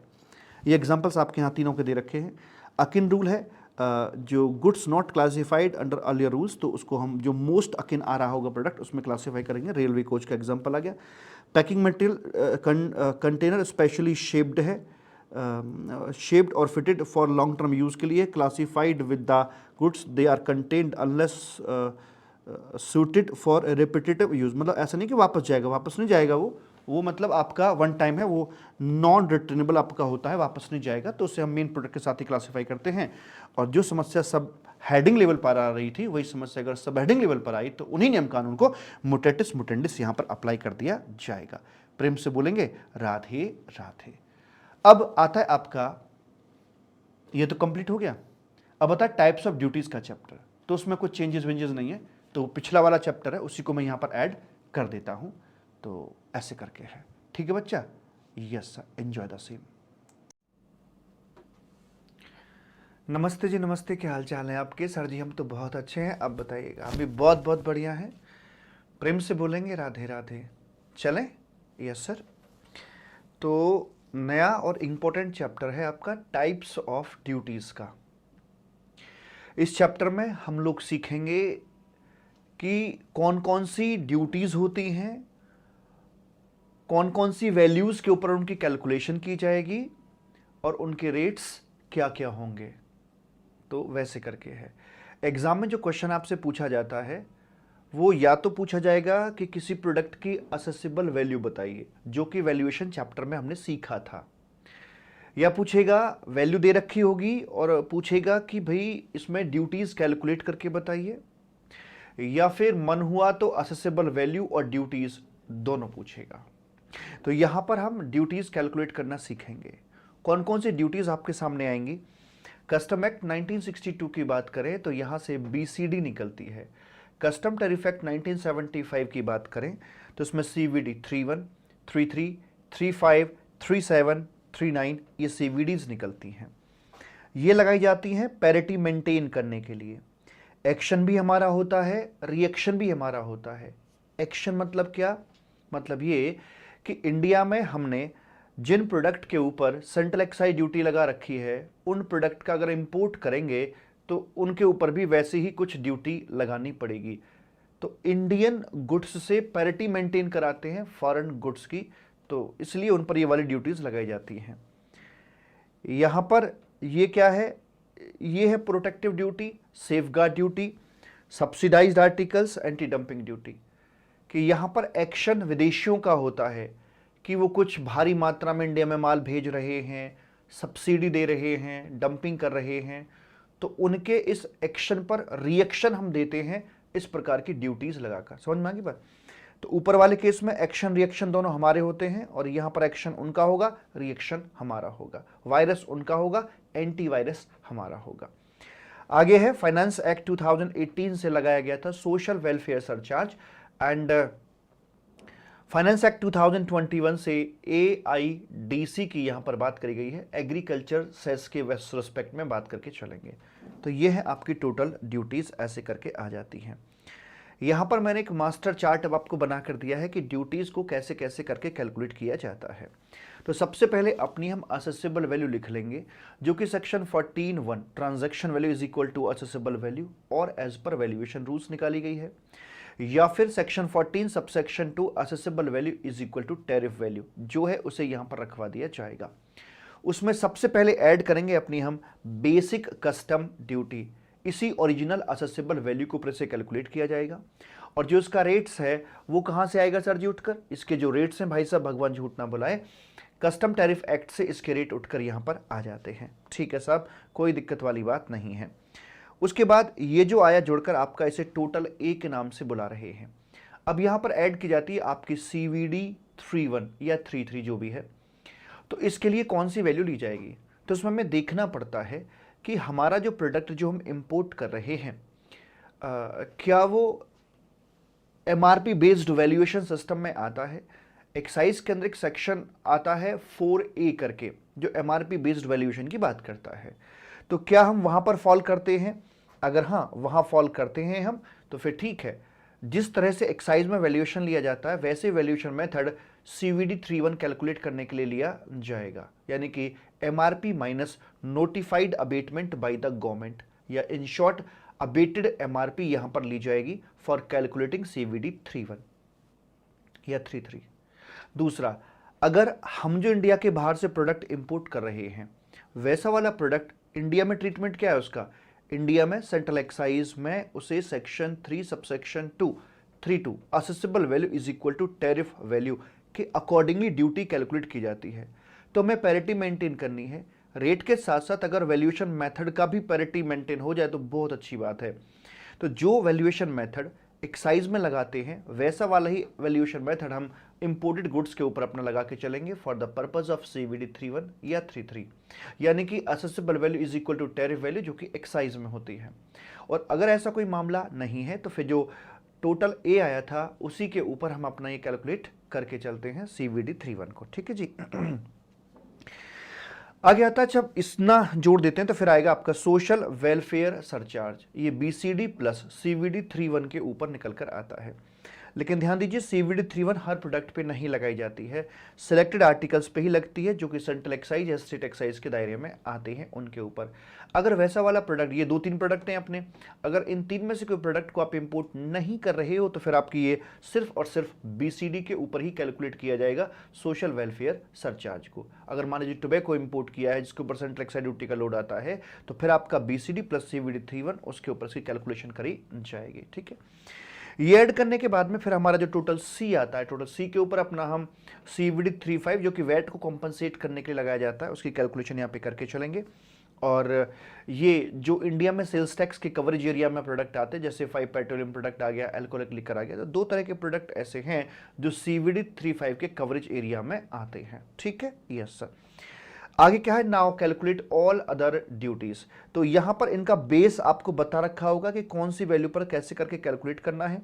अगर इनका कोई बेस आपको नहीं बता रखा है, बाय द वे मान लीजिए सेफगार्ड ड्यूटी दे रखी है कि 10% है and it is not specified that on which value it will be calculated, so आप अपनी जो ओरिजिनल वैल्यू है उसी के ऊपर इसे कैलकुलेट कर देंगे। अदरवाइज वैसे बेस आपको दे रखा होता है कि कैसे कैसे कैलकुलेट करनी है। तो जो आपके सेफगार्ड और ये एक्शन रिएक्शन वाले जो ड्यूटीज है ना, आप इनको यहाँ पर ऐड करके चलते हैं। उसके बाद में सारा कुछ ऐड होने के बाद अब IGST नाम के जो बाबा हैं वो यहाँ पर दर्शन देंगे। IGST एक्ट का जो सेक्शन 5 है, चार्जिंग सेक्शन, वहाँ पर एक प्रोवाइजो था कि अगर इंडिया के बाहर से गुड्स इंपोर्ट होता है तो उसका लेवी कलेक्शन जो है वो कस्टम टैरिफ एक्ट 1975 के अकॉर्डिंगली किया जाएगा। तो यहाँ पर उसी चीज़ को ध्यान में रखते हुए कस्टम टैरिफ एक्ट 1975 में सेक्शन 3 सबसेक्शन 7 आता है, वहाँ पर ये लिखा गया कि ठीक है भैया IGST हम यहाँ पर मैनेज करके चलेंगे और कौन सी वाली वैल्यू पे ये कैलकुलेट किया जाएगा। तो जो आपका यहाँ तक का टोटल ई आ रहा है including all other duties, GST के अंदर भी यही फार्मूला लगता है कि GST और कॉम्पनसेशन सेस को छोड़कर बाकी जितने भी ड्यूटीज टैक्सेस हैं सबको ऐड करने के बाद जो वैल्यू आती है उस पर GST कैलकुलेट किया जाता है। तो उसी प्रिंसिपल को यहाँ पर भी फॉलो किया जा रहा है कि ठीक है भाई, सारा कुछ ऐड करने के बाद में अब जो वैल्यू आई है इसके ऊपर हम अपना GST कैलकुलेट करके चलेंगे, ऐसे बोल दिया जाता है। तो ये वाली बात यहाँ पर हो ही गई है। इसके साथ साथ ठहरो, अगर मान लीजिए इंपोर्ट किया है किसी, नॉर्मली देखिए हम क्या करते हैं कि ये जो वैल्यू अपनी पकड़ी जाती है ना ऊपर वाली, ये कौन सी वैल्यू होती है, ये होती है आपकी ओरिजिनल वैल्यू। यहाँ पर ये वाली वैल्यू को पकड़ कर चलते हैं हम लोग, ओरिजिनल वैल्यू पर पकड़ा जाता है। अगर गुड्स को क्लियर कराने से पहले पोर्ट पर, यहाँ पर, वेयर हाउस में, जहाँ पर कहीं भी अगर बेच दिया जाता है तो उसका सीन क्या होता है। तो पहली बात तो ये, बेचते समय कोई ना तो इम्पोर्ट ड्यूटी कलेक्शन होता है और ना ही आपकी आईजीएसटी का कलेक्शन किया जाएगा, क्योंकि ये सब की बातें तब आती हैं जब गुड्स होम कंजम्पशन के लिए क्लियर कराया जाता है। तो पहली बात तो ये तय है कि जब ये क्लियर होगा उसी वक्त पर import duty and IGST at the same time वहीं पर पे करवाए जाएंगे, अदरवाइज नहीं, पहली बात। दूसरी बात ये यहां पर आती है कि ठीक है यार, हम अपनी वैल्यू कौन सी लेके चलेंगे। 1 लाख रुपए का यहाँ इंपोर्ट किया गया, इसने इसको बेच दिया, इसने उसको बेच दिया, इसने बेच दिया एक को 1.5 लाख रुपए का, अगले ने बेच दिया उसको 2 लाख रुपए का। तो जब आखिरी व्यक्ति जो थर्ड पर्सन था वो छुड़ाएगा जिसको 2 लाख रुपए का बेचा गया था। तो हम अपने क्वेश्चन की जो शुरुआत करेंगे वो यहाँ से करके चलेंगे, जो ओरिजिनल इंपोर्ट वैल्यू थी अपनी ये वाली, इंडिया के बाहर से इंडिया में कितने में आया था, because we are calculating import duty. जो वैल्यू एडिशंस इंडिया में आकर हो गए हैं उनको हम यहाँ पर नहीं कंसिडर करके चलेंगे for the purpose of import duty. ठीक, तो वैसे करके यहां तो आएगी आपकी वैल्यू ये 1 लाख रुपए की, करेक्ट है जी? Yes sir. लेकिन जब आईजीएसटी कैलकुलेट करते हैं तो वहां पर बात थोड़ी सी अलग हो जाती है। अलग क्यों हो जाती है उसका भी मैं कारण आपको बता रहा हूं। देखिए, अब ये जो आपके यहां पर माल बेचा जा रहा है कि भाई 1 लाख का आया था, फिर 1.5 लाख का और 2 लाख का, तो 1 लाख इंडिया में आके बढ़ गए हैं। अब जो इंडिया में 1 लाख आके बढ़ा है, धरती पर इंडिया की पर बढ़ा है, तो मैं मानता हूं कि इसके ऊपर इंपोर्ट ड्यूटी तो नहीं आनी चाहिए, लेकिन जीएसटी का लोड तो आना चाहिए ना। हाँ, जीएसटी का लोड आना चाहिए। तो हमें 1 लाख रुपए के ऊपर जीएसटी अपना लगाना है। जो एडिशनल 1 लाख वैल्यू एडिशन यहां पर हुआ है, पर लगाएं कैसे? क्योंकि इस पॉइंट पर तो ले नहीं सकते जब ये ट्रांजैक्शन हो रही है, क्योंकि इंपोर्ट ड्यूटी और आईजीएसटी दोनों इकट्ठे ही कलेक्ट किए जाने हैं, और इंपोर्ट ड्यूटी कलेक्ट होती है जब यहां से बाहर निकलते हैं तब। तो हमने क्या किया कि जब यहां पर ट्रांजैक्शन हुई तो जीएसटी में लिख दिया कि इस घटना को सप्लाई नहीं माना जाएगा, तो यहां से तो बचा लिया। लेकिन जब यहां नंबर आया आईजीएसटी कैलकुलेट करने का, तो जो वैल्यू एडिशन यहां पर हुआ था कस्टम एरिया के अंदर, उसको भी शामिल करते हुए अब ये जीएसटी निकालेंगे। यानी कि इसको यहां तो सप्लाई बनने से रोक दिया क्योंकि प्रॉब्लम हो रही थी, लेकिन ऐसा नहीं कि सप्लाई नहीं बनने दिया तो जीएसटी छोड़ दिया। जब भी जीएसटी कलेक्शन की बात होगी तो ये बोल रहे हैं कि ये जो आपका वैल्यू निकल के आ रही थी ये वाली वैल्यू, और आपका जो लास्ट ट्रांजैक्शन वैल्यू थी गुड्स को क्लियर कराते समय वो वाली value, which ever is higher, उस हायर वैल्यू को हम आईजीएसटी पर्पज के लिए कंसिडर करके चलेंगे। आई होप बात समझ में आ गई होगी। कहने का मतलब ये है कि if there is an value addition on in custom area तो वो भी जीएसटी पर्पज के लिए कंसिडर किया जाएगा। आगे है कॉम्पनसेशन सेस, तो ये इसी की बहन है जीएसटी की। तो जिस वैल्यू के ऊपर जीएसटी कैलकुलेट किया जाता है उसी वाली वैल्यू के ऊपर कॉम्पनसेशन सेस को भी कैलकुलेट किया जाएगा। ठीक है, यस सर। तो ये तो होगी अपनी कैलकुलेशन की बातें, और कौन कौन से प्रोडक्ट नए पुरानी कैटेगरी में आते हैं वो आप पहले से जानते हैं, ये मैंने लिखा हुआ भी है यहाँ पर आकर। ठीक है जी, आइए अब एक एक ड्यूटी का चरित्र देखते हैं कि कौन सी ड्यूटी किस प्रकार से वर्क करती है। तो सबसे पहले नमस्कार करते हैं बेसिक कस्टम ड्यूटी को। तो हालांकि इनके बारे में आपको जानकारी मिल चुकी है, बट फिर भी एक एक बात को रिवाइज कर लेते हैं। ऑब्जेक्ट क्या होता है? वही इंडिया के बाहर से इंडिया में आ रहे हैं, डोमेस्टिक इंडस्ट्री को प्रोटेक्ट करना मेन ऑब्जेक्टिव होता है, और रेवेन्यू कलेक्शन होता है वही अपना। और लेवी की जाती है under section 12 of custom tariff act, और जो रेट्स हैं वो पिक किए जाते हैं कस्टम टैरिफ एक्ट से, जहां पर 2 शेड्यूल हैं, फर्स्ट शेड्यूल और सेकंड शेड्यूल। फर्स्ट शेड्यूल में आपके इंपोर्ट ड्यूटीज के रेट हैं, सेकंड में एक्सपोर्ट ड्यूटी के रेट हैं। फर्स्ट में जो है वो 2 बातें हैं, उसमें एक स्टैंडर्ड रेट है और एक आपके प्रेफरेंशियल रेट दे रखे हैं। स्टैंडर्ड रेट मतलब नॉर्मल, प्रेफरेंशियल मतलब concessional rate. If goods are imported from most favoured nation then concessional या प्रेफरेंशियल रेट एप्लीकेबल कराया जाता है। कौन सी वाली वैल्यू होगी? जौन सी वाली वैल्यू ओरिजिनल निकल के आई थी अंडर सेक्शन 14(1) या 14(2) एज द केस में बी। जो वैल्यू इंडिया के बाहर से इंडिया में लाने वाली होती है ओरिजिनल वैल्यू, उस पर हम कैलकुलेट करके चलते हैं। आगे बढ़ते CVD 3(1) करके। ऑब्जेक्टिव क्या है? चूंकि हिंदुस्तान के अंदर सेंट्रल एक्साइज ड्यूटी या स्टेट एक्साइज ड्यूटी जो कि शराब के ऊपर लगाई जाती है उसे कॉम्पनसेट करना था, तो उन प्रोडक्ट पर जिन पर एक्साइज ड्यूटी का लोड आता है उन प्रोडक्ट को अगर हम इंपोर्ट करते हैं तो उनके ऊपर CVD 3(1) आपकी एप्लीकेबल कराई जाएगी। लेवी की जाती है सेक्शन 3 सबसेक्शन 1 के अंडर, एंड जो रेट होगा वो इसका उठ के आएगा आपका एक्साइज से ही, क्योंकि हमें पैरिटी मेंटेन करनी है। तो सेंट्रल एक्साइज ड्यूटी के जो भी रेट्स है, लाइक टोबैको पे जो रेट्स है या डीजल पेट्रोल पे जो रेट्स आ रहे हैं, तो वो वैसे करके वहाँ से पिक किए जाएंगे एक्साइज टैरिफ से। एंड जो शराब है वो चूंकि स्टेट लेवी होती है तो अलग अलग स्टेट में अलग अलग रेट्स होते हैं, तो वैसे में वहाँ पर जो रेट नोटिफाई करके चलेगी सरकार, उस नोटिफाइड रेट से CVD 3(1) कैलकुलेट करी जाएगी। एंड जहाँ तक सवाल है असेसेबल वैल्यू का, तो कौन सी वाली वैल्यू पर इसे कंप्यूट करेंगे? तो मैंने आपको बताया कि डिपेंड करता है कि एक्साइज में वैल्यूएशन मेथड क्या है। अगर वहाँ एमआरपी बेस्ड है तो अबेटेड एमआरपी लेके चलेंगे, अगर वहाँ टैरिफ वैल्यू बेस्ड है तो उनमें section 3 subsection 2 of central excise act में जो टैरिफ वैल्यू बता रखी है उसके अकॉर्डिंग बात करेंगे। और अगर वैसा कुछ भी नहीं है तो फिर जो टोटल ए हमारा आया था, meaning thereby original assessable value plus your BCD, this was the total A, इस टोटल ए के ऊपर अपना कैलकुलेशन हम करके चलेंगे। ठीक है साहब? Yes sir. उसके बाद में CVD 33, हालांकि as of now it is not relevant but it's a theoretical concept, so हम इसे करके चलेंगे, we will not leave it blank.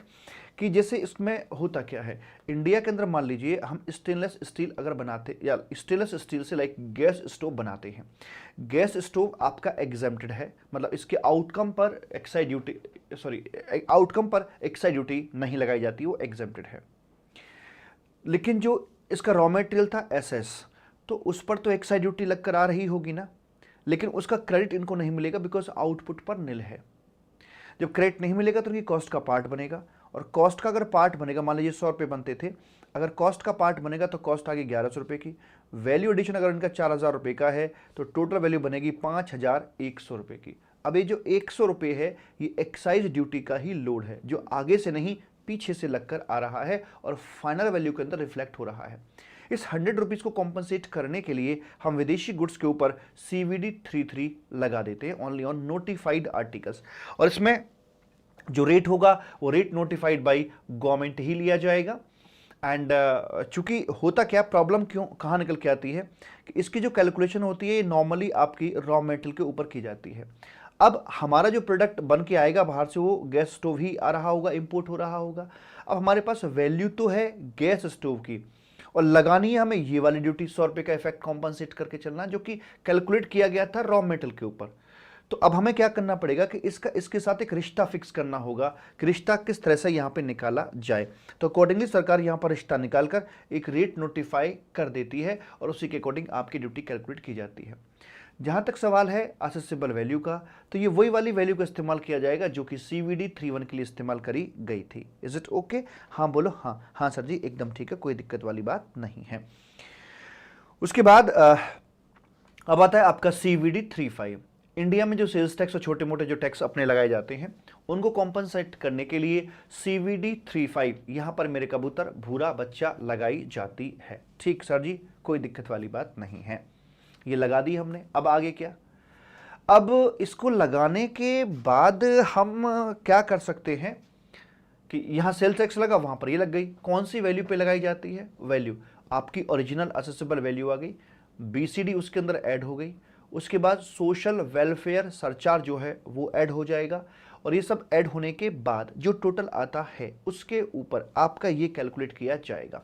अब चूंकि हम पैरिटी मेंटेन कर रहे हैं इसलिए हमने इम्पोज कर दिया, लेकिन एक और बात आती है पैरिटी मेंटेन करने में कि इंडिया के अंदर जो ट्रेडर है, मान लीजिए डीजल पेट्रोल का ट्रेडर है, तो वो डीजल पेट्रोल लेकर आता है और यहाँ पर बेचता है। बेचने पर उसे वैट भरना पड़ता है, लेकिन इनपुट वैट का उसे ITC मिल जाता है। जो इनपुट वैट होता है उसका इसे क्रेडिट मिल जाता है, मतलब कि इसकी कॉस्ट का पार्ट वो नहीं बनता है। अगर ऐसा ही प्रोडक्ट इंडिया के बाहर से इंपोर्ट किया जा रहा है तो यहाँ पर आकर CVD 35 जो है वो तो कलेक्ट कर लिया जाएगा, इसे यहाँ पर लेकर आएगा और आगे बेचेगा तो वैट का पेमेंट करके चलेगा। अब जो डोमेस्टिकली आपने इंपोर्ट किया था वो कॉस्ट का पार्ट नहीं बन पाया क्योंकि यहाँ पर ITC मिल जाता है, यानी क्रेडिट मिल जाता है। अब जो विदेशी इंडिया के बाहर से आया है और वैट वाली इस लेवी को लगवा के आया है, तो क्या ये कॉस्ट का पार्ट बननी चाहिए? द आंसर इज नो, ये कॉस्ट का पार्ट नहीं बननी चाहिए। बिल्कुल इसी की तरह अगर हम वाकई में पैरिटी मेंटेन कर रहे हैं तो क्या इसका हम क्रेडिट दिलवा दें? सॉरी, क्रेडिट मिल नहीं पाएगा। रीज़न क्या है कि जो वैट में आज डील कर रहे हैं ये स्टेट लेवल पर अपना रजिस्ट्रेशन रखते हैं, ठीक, लेकिन ये जो ड्यूटी आप भर के आए हैं CVD 35 ये एक सेंट्रल लेवी हो गई और कस्टम्स के द्वारा इम्पोज की जा रही है, एंड अकॉर्डिंगली इसका जो कलेक्शन वगैरह है वो सब कस्टम्स के द्वारा ही किया जा रहा है। तो अब कस्टम्स यानी सेंट्रल लेवल के टैक्सेस का या ड्यूटीज का क्रेडिट स्टेट वाले बंदे को कैसे मिले? अच्छा, क्रेडिट मिल भी गया तो उसका अचार डालेगा क्या? क्योंकि सेंट्रल लेवी है और सेंट्रल लेवी का क्रेडिट आप इस्तेमाल नहीं कर सकते फॉर स्टेट वैट के लिए। सो क्रेडिट का तो भूल जाइए, वो तो संभव नहीं है। नहीं मिले तो फिर क्या करें? तो फिर इसका रिफंड यहाँ पर दिलवा दिया जाता है सब्जेक्ट टू द कंडीशन कि यहाँ पर पे भी होगा, और अगर आप इसे बेच देते हैं और साल भर के भीतर आप अपना वैट पे करके हमसे एप्लीकेशन लेकर आ जाते हैं तो इस पैसे को हम आपको रिफंड कर देंगे, बिकॉज हम यहाँ पर पैरिटी मेंटेन कर रहे हैं। अगर कोई व्यक्ति डोमेस्टिक गुड्स को लेकर आगे बेचता नहीं है तो उसे क्रेडिट भी नहीं मिलेगा और उसकी कॉस्ट का पार्ट ये बन जाएगा। ऐसे अगर यहाँ से ये आपने इंपोर्ट किया है, आप उसे बेच नहीं रहे हो, तो ये आपका फिर रिफंड नहीं मिलेगा, आपकी कॉस्ट का पार्ट ही बना रहेगा। वैसे करके इसकी बात यहाँ पर कर दी जाती है, पूरा प्रोसीजर रिफंड का आ जाता है। रिफंड में क्या हुआ, इंपोर्ट करो, पे किया, क्लियर कराया गुड्स को, बेचा इंडिया में लाकर, वैट पे किया, और उसके बाद आप CVD 35 का रिफंड कस्टम वालों से ले सकते हो। वैसे करके बोल दिया जाता है। आगे है CVD 37 करके, IGST की बात करके चलते हैं। तो चूंकि इंडिया में GST लगाया जाता है, इसलिए इंपोर्टेड गुड्स के ऊपर भी अपना IGST लगाया जाएगा। प्यार से इसे हम CVD 37 के नाम से बुलाकर चलते हैं। इसके लिए जो वैल्यू है वो अभी मैंने आपको बताया कि जो टोटल ई आ रहा था वो, और जो लास्ट ट्रांजैक्शन वैल्यू रही थी बिफोर क्लियरेंस ऑफ गुड्स, वो विच एवर इज हायर, उसके ऊपर इसकी कैलकुलेशन करी जाती है। रेट्स कहाँ से आएंगे, जो GST टैरिफ शेड्यूल के अंदर रेट दे रखे हैं, उन्हीं रेट्स का यहाँ पर हम इस्तेमाल करके चलते हैं। एंड बस और क्या बताऊँ इसमें आपको मैं। एंड उसके बाद में फिर आता है आपका सेक्शन 39। ये है अपना कॉम्पनसेशन सेस के लिए। इंडिया में जिन जिन प्रोडक्ट के रिस्पेक्ट में कॉम्पनसेशन सेस आपका लगाया जाता है, अगर वैसा प्रोडक्ट इंडिया के बाहर से इंपोर्ट किया जाएगा तो उस पर भी कॉम्पनसेशन सेस लगा दिया जाएगा। कौन सी वाली वैल्यू पे लगाएंगे, जौन सी वाली वैल्यू पर GST कैलकुलेट किया जाता है, उन सी वाली वैल्यू पर ही आपका एक कॉम्पनसेशन सेस कैलकुलेट किया जाएगा। ये यहाँ पर मैंने आपको बता रखा है एग्जाम्पल दे देकर कि जो IGST या कॉम्पनसेशन सेस है वो कौन सी वैल्यू पर आपका कैलकुलेट किया जाना होता है। वही टोटल ई और last transaction price before clearance of goods which ever is higher, उस वाली वैल्यू पर इसे कैलकुलेट किया जाता है। ये इलस्ट्रेशन देके मैंने समझा रखा है। तो ये हमारी CVDs की यहाँ पर बात हुई। एंड उसके बाद अब बढ़ते हैं साहब आगे की तरफ, और आगे आती हैं आपकी ये थ्योरी दे रखी है प्रॉपर तरीके से। अब इसका पार्ट 2 आ जाता है चैप्टर का। पार्ट 2 के अंदर हमारी आती हैं protective duty, safeguard duty, anti dumping duty और CVD on subsidised article, social welfare surcharge and AIDC, ये इस कैटेगरी में आपके आते हैं। नॉर्मली जब इस प्रकार की ड्यूटीज लगाई जाती हैं तो डोमेस्टिक इंडस्ट्री इंफॉर्मेशन देती है, एप्लीकेशन देती है टू सेंट्रल गवर्नमेंट कि साहब कुछ ऐसा हो रहा है, हमें इंजरी हो गई है या होने की हमारे लिए लाइक प्रबल संभावनाएं हैं, तो ऐसे करके है। तो ऐसे सिचुएशन में गवर्नमेंट क्या करती है कि इमरजेंसी मानते हुए वहाँ पर एक ड्यूटी लगा देती है प्रोविजनल बेसिस पर, और उस एप्लीकेशन को डायरेक्टर जनरल को दे देती है कि ठीक है आप इसकी इन्वेस्टिगेशन कीजिए कि जो एलिगेशन डोमेस्टिक इंडस्ट्री ने लगाया है कि इंडिया के बाहर से जो गुड्स आ रहा है उसकी वजह से ये प्रॉब्लम है, तो ज़रा चेक कीजिए क्या ये सही है या नहीं है। ओके, ठीक है जी। कभी कभी समस्या कहीं और होती है और हम इलाज किसी और चीज़ का कर रहे होते हैं। जैसे आज ही का इंसिडेंस मैं आपको बताऊं, ये एक टैब लगा हुआ है घर में, और एक टैब यहाँ हो गया और एक टैब यहाँ हो गया। ये वॉशरूम के टैब है।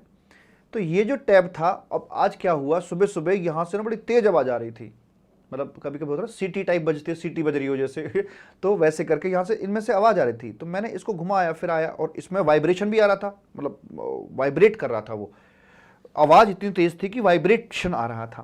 मैंने इसको काफ़ी घुमाया, फिर आया, ये किया वो किया, लेकिन भाई साहब कभी थोड़ा लगे कि हाँ बंद हुआ, लेकिन ये बंद ही ना हो। अब मैं क्या करूँ उसका मैं।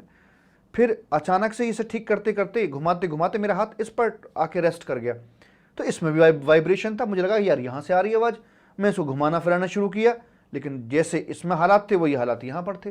अब क्या करूँ, अब मैं थक गया। मैं कहा चलो ठीक है, किसी को बुलाते हैं भाई जो इसको ठीक करेगा। अब यहाँ मैं जैसे निकल के आया तो मैंने इसको एवं ही खोला, ऐसे राउंड किया, टर्न किया, और टर्न करते ही सारी आवाज़ बंद हो गई। तो प्रॉब्लम यहाँ थी, लेकिन इनका वाइब्रेशन पाइप्स के जरिए यहाँ तक जा रहा था। तो कभी कभी हमें ये लगता क्या है कि समस्या यहाँ है, लेकिन समस्या यहाँ नहीं, यहाँ होती है। तो वो ये देखना चाह रहे हैं कि क्या इनका जो डोमेस्टिक इंडस्ट्री को नुकसान हो रहा है, इनका जो टर्नओवर कम हो रहा है, उसके अनेकों रीजंस हो सकते हैं। इनके अपने इंटरनल खुद के रीजंस भी हो सकते हैं, लेकिन इनका एलिगेशन ये है कि हमारा अंदर से तो ओके, बाहर से वो ज़्यादा मात्रा में सस्ते दामों पर आ रहा है, इस वजह से यहाँ पर हमारा टर्नओवर गिरा है। तो ऐसा ना हो कहीं कि भाई अपने इनके खुद के इंटरनल रीजंस रहे हों या खुद जिम्मेदार रहे हों अपनी टर्नओवर गिरने के पीछे, और ये किसी दूसरे को थप्पड़ पड़वा दें बिना बात के, उसको महंगा करवा दे विदेशी गुड्स को। इसलिए डायरेक्टर जनरल यहां पर आकर उसे इन्वेस्टिगेट करता है कि क्या ये एलिगेशन सही है या नहीं। लेकिन इन बिटवीन उनके कहने पर प्रोविजनल बेस पर ये ड्यूटी लगा दी जाती है, क्योंकि कहीं ऐसा ना हो जाए कि अब पछताए क्या होते हैं जब चिड़िया चुग गई खेत, इसलिए कहीं देरी ना हो जाए तो वैसे कर देते हैं। अब डायरेक्टर जनरल की रिपोर्ट आएगी। रिपोर्ट अगर पॉजिटिव आती कि हाँ एलिगेशन करेक्ट था, तो जो प्रोविजनल ड्यूटी थी उसको फाइनलाइज कर देंगे और आगे फ्यूचर के लिए अब जो ड्यूटी लगाई जाएगी वो फाइनल सेफगार्ड ड्यूटी ही लगाई जाएगी, ऐसे करके। लेकिन अगर एलिगेशन इनका गलत निकलता है कि भैया इनके टर्नओवर घटने के पीछे कोई और वजह है, ये नहीं है, तो जो प्रोविजनल ड्यूटी कलेक्ट करी थी वो प्रोविजनल ड्यूटी वापस कर दी जाएगी जहां जहां से वो पैसा कलेक्ट कराया गया है। एम आई राइट? हाँ सर, एकदम ठीक है, कोई दिक्कत वाली बात नहीं है। शाबाश मेरे बच्चा, मेरे भूरा, मेरे कबूतर, मेरे लाल। ओके सर जी। अब क्या, तो लेकिन इसमें जो जांच है इस पर एक बाउंडेशन डाली गई है 200 डेज की, कि 200 दिन के अंदर अंदर आप बता देना कि क्या करना है, मतलब रिपोर्ट पॉजिटिव है कि नेगेटिव है। अगर रिपोर्ट नेगेटिव आती है तो कोई दिक्कत नहीं, पॉजिटिव आती है तो अकॉर्डिंग एक्शन लेकर चलेंगे, और अगर रिपोर्ट आए ही ना तो क्या, तो फिर ऐसे मानेंगे जैसे रिपोर्ट नेगेटिव है, यानी कि जो पैसा लिया गया था सबको वापस कर दिया जाएगा, कि एलिगेशन मतलब जो भी जैसे भी है। तो एक बाउंडेशन यहाँ पे लगाई गई है कि if you are not able to conclude that what is the result, तो फिर हम यहाँ पर ये करके चलेंगे, तो जो पैसा लिया गया था उसको प्रोविजनल बेसिस पे वापस कर दिया जाएगा। मैंने इसको कंपेयर किया है मेडिकल वर्ल्ड से। मेडिकल वर्ल्ड में क्या होता है, जो इलाज किया जाता है डॉक्टर के द्वारा किया जाता है। फर्स्ट एड के तौर पर गर्म पट्टी दी जाती है, किसी को चोट लग गई है जो भी जैसे भी है, तो पहले फर्स्ट एड पे मतलब गर्म पट्टी बांधेंगे, इसके बाद फिर अपना एक्सरे कराया जाएगा, उसके बाद एक्सरे की रिपोर्ट आएगी। रिपोर्ट अगर आती कि कोई दिक्कत नहीं है, सब ओके है, तो छुट्टी कर दो, और पॉजिटिव है तो हड्डी वड्डी टूटी हुई है तो 4-6 महीने का प्लास्टर चढ़ा दीजिए। उसके बाद फिर टाइम पीरियड होने के बाद फिर देखेंगे कि भाई चोट ठीक हुई है कि नहीं हुई है तो अच्छी बात है, नहीं तो फिर से देखेंगे क्या करना है, प्लास्टर को अपना बढ़ा के चलेंगे, एक्सरे कराएंगे, फिर से वही प्रोसीजर को फॉलो करके चलेंगे जब तक कि चोट ठीक ना हो जाए। ऐसी ही चोट अगर डोमेस्टिक इंडस्ट्री को पड़ जाए तो क्या होगा, इलाज करेगी सेंट्रल गवर्नमेंट। फर्स्ट एड के तौर पर प्रोविजनल ड्यूटी इंपोज कर दी जाएगी। डायग्नोस करने के लिए डायरेक्टर जनरल को बोला गया कि डायग्नोस कीजिए समस्या क्या है एग्जैक्टली, और उसके बाद में रिपोर्ट अगर नेगेटिव आई तो प्रोविजनल ड्यूटी को वापस कर देंगे, पॉजिटिव आती तो प्रोविजनल को फाइनल कर देंगे और आगे के लिए प्लास्टर चढ़ा देंगे। 4 साल से लेकर 10 साल तक का प्लास्टर यहाँ पर चढ़ सकता है। एंड उसके बाद में अगर मान लीजिए 10 साल बाद भी वही हालात रहते तो फिर से वही एक्सरे डायग्नोस वगैरह सब कुछ कराया जाएगा और फिर नए सिरे से नई ड्यूटी की बात हम कर सकते हैं, वैसी वाली बात बोली जाती है। तो ये था एक तरीका कि किस तरह से हम अपनी ड्यूटीज़ को यहाँ पर इम्पोज करते हैं। इनिशिएशन कराती है डोमेस्टिक इंडस्ट्री, लेके जाती है, फिर गवर्नमेंट एक्शन लेती है, डायरेक्टर जनरल की रिपोर्ट आती है, एंड फिर सारा का सारा प्रोसीजर फॉलो अप किया जाता है, वैसे करके मालिक बात बोल दी जाती है। उसके बाद आपकी ये 8B की ड्यूटी यहाँ पर दे रखी है, एंड और भी ड्यूटीज हैं सारे के सारे। तो मैंने ना इनकी ना एट द एंड एक समरी तैयार की है इसी मूवमेंट के लिए, 3 पेज पर ये समरी आ रही है बाकी ड्यूटीज़ की, ठीक है, जिसमें आपकी आती है protective duty, safeguard duty, subsidised article और एंटी डंपिंग ड्यूटी। 3 पेज की थ्योरी, आराम से देखें, कोई दिक्कत वाली बात नहीं है। तो रीज़न फॉर इम्पोजिशन, ये जो आपकी प्रोटेक्टिव ड्यूटी लगाई जाती है इसका रीज़न क्या है। एक काम करता हूं, मैं प्रोटेक्टिव ड्यूटी को ना सबसे बाद में रखूंगा, इसे अभी फिलहाल साइड करिएगा, पहले बाकी ड्यूटीज की बात करते हैं। Reason for imposition safeguard duty. देखिए, जब ऐसा लगता है कि इंडिया के बाहर से जो गुड्स इंडिया में आ रहा है वो जरूरत से ज्यादा तादाद में आ रहा है, जिससे कि डोमेस्टिक इंडस्ट्री को सीरियस इंजरी हो चुकी है या होने की संभावनाएं हैं, तो वैसे वाले हालात के अंदर वो कह रहे कि ठीक है ये वाली ड्यूटी हम लगा देंगे। फिर एक और आती है आपकी CVD ऑन सब्सिडाइज्ड आर्टिकल। अगर जो विदेशी गवर्नमेंट है या जो टेरिटरीज हैं वो अगर अपने एक्सपोर्टर को कुछ सब्सिडी देती हैं, आर्थिक मदद देती हैं, जिसकी वजह से उसका प्राइस कम डाउन हो जाता है, तो वैसे में उस सब्सिडी के इफेक्ट को कॉम्पनसेट करने के लिए हम लगाते हैं CVD ऑन सब्सिडाइज्ड आर्टिकल्स। ठीक साहब। एंड उसके बाद में आता है आपका यहाँ एंटी डंपिंग ड्यूटी। 9A में अपनी बात करके चलते हैं, और इसमें ये कहा जाता है कि देखिए साहब, अगर वहाँ के लोग, विदेशी लोग अपने प्रोडक्ट के प्राइसिंग को कम कर रहे हैं, प्राइस में डंपिंग कर रहे हैं, तो उसको क्योर करने के लिए हम यहाँ एंटी डंपिंग ड्यूटी लगाकर चलते हैं। उसके बाद प्रोविजनल ड्यूटी। क्या 8B को प्रोविजनली लगाया जा सकता है? यस, इसे 200 डेज के लिए प्रोविजनल बेस पर लगा सकते हैं, या तो 200 दिन में फाइनल कर दो, नहीं तो फिर दिक्कत वाली बात हो जाती है। जो सीवीडी ऑन सब्सिडाइज्ड आर्टिकल है, इसके लिए 200 डेज जैसी कोई बात यहाँ पर नहीं लिखी हुई है। इसमें जितना ठीक लगे उतना समय के लिए प्रोविजनल बेसिस पर ये लगाई जा सकती है, बिकॉज सब्सिडी कितनी दी गई ये विदेशी धरती पर जाकर पता लगेगा। एंटी डंपिंग ड्यूटी के लिए क्या है, क्या इसको भी प्रोविजनल बेस पर लगाया जा सकता है? यस, इसको 6 मंथ के लिए प्रोविजनल बेस पर लगाया जा सकता है।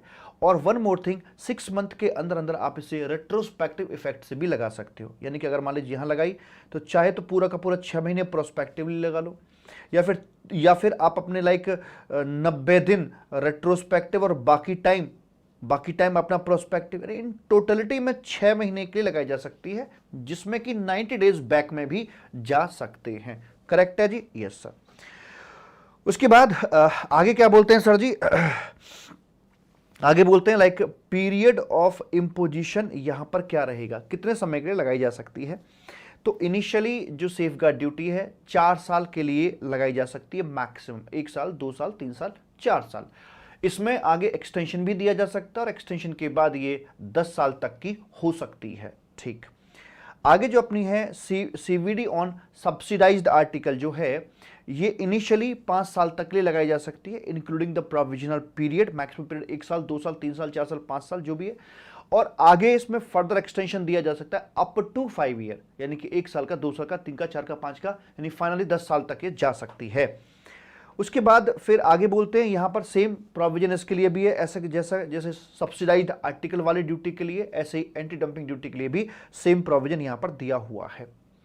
आगे बोलते हैं अमाउंट ऑफ ड्यूटी क्या रहेगा, तो यहां पर 8B में कहा जाता है कि जो सरकार को ठीक लगेगा उस इंजरी को देखते हुए उसके हिसाब से सरकार बताएगी कि भाई कितना अमाउंट यहां पर ड्यूटी का लगाया जाएगा। और यहां पर क्या है, यहां पर हमें देखना होता है कि सब्सिडी और injury which ever is lower, हमें देखना हो कि वहां से उन्होंने सब्सिडी कितनी दी है और उस सब्सिडी की वजह से हमें नुकसान कितना हो रहा है, हमें इंजरी क्या है। इंजरी कैसे निकलेगी? इंजरी निकालने के लिए आपको जाना पड़ेगा इंडियन मार्केट में, देखो विदेशी का क्या प्राइस है, देसी का क्या प्राइस है। इंडियन मार्केट में देसी और विदेशी के प्राइस क्या हैं, या ऐसे मान के चलिए कि value of domestic article and landed value of foreign goods, इन दोनों का डिफरेंस देखना। तो जितना तक कम है, मान लीजिए विदेशी है आपका 90 रुपीज का और देसी पड़ रहा है 100 रुपए का, तो ये प्राइस डिफरेंशिएशन 10 रुपए का रहा है, दिस इज अवर इंजरी। तो 10 रुपए की इंजरी, और जो सब्सिडी दी गई थी वहां पर वो विच एवर इज लोअर या higher, sir which ever is lower, उतने तक की यहां पर सीवीडी ऑन सब्सिडाइज्ड आर्टिकल हम लगा देते हैं। ऐसे यहां पर इंजरी और dumping which ever is lower उतने तक लगा दी जाती है। डंपिंग का अमाउंट निकलता है विदेशी धरती पर, वो कैसे निकालते हैं कि वहां उनके प्रोडक्ट का नॉर्मल प्राइस क्या है।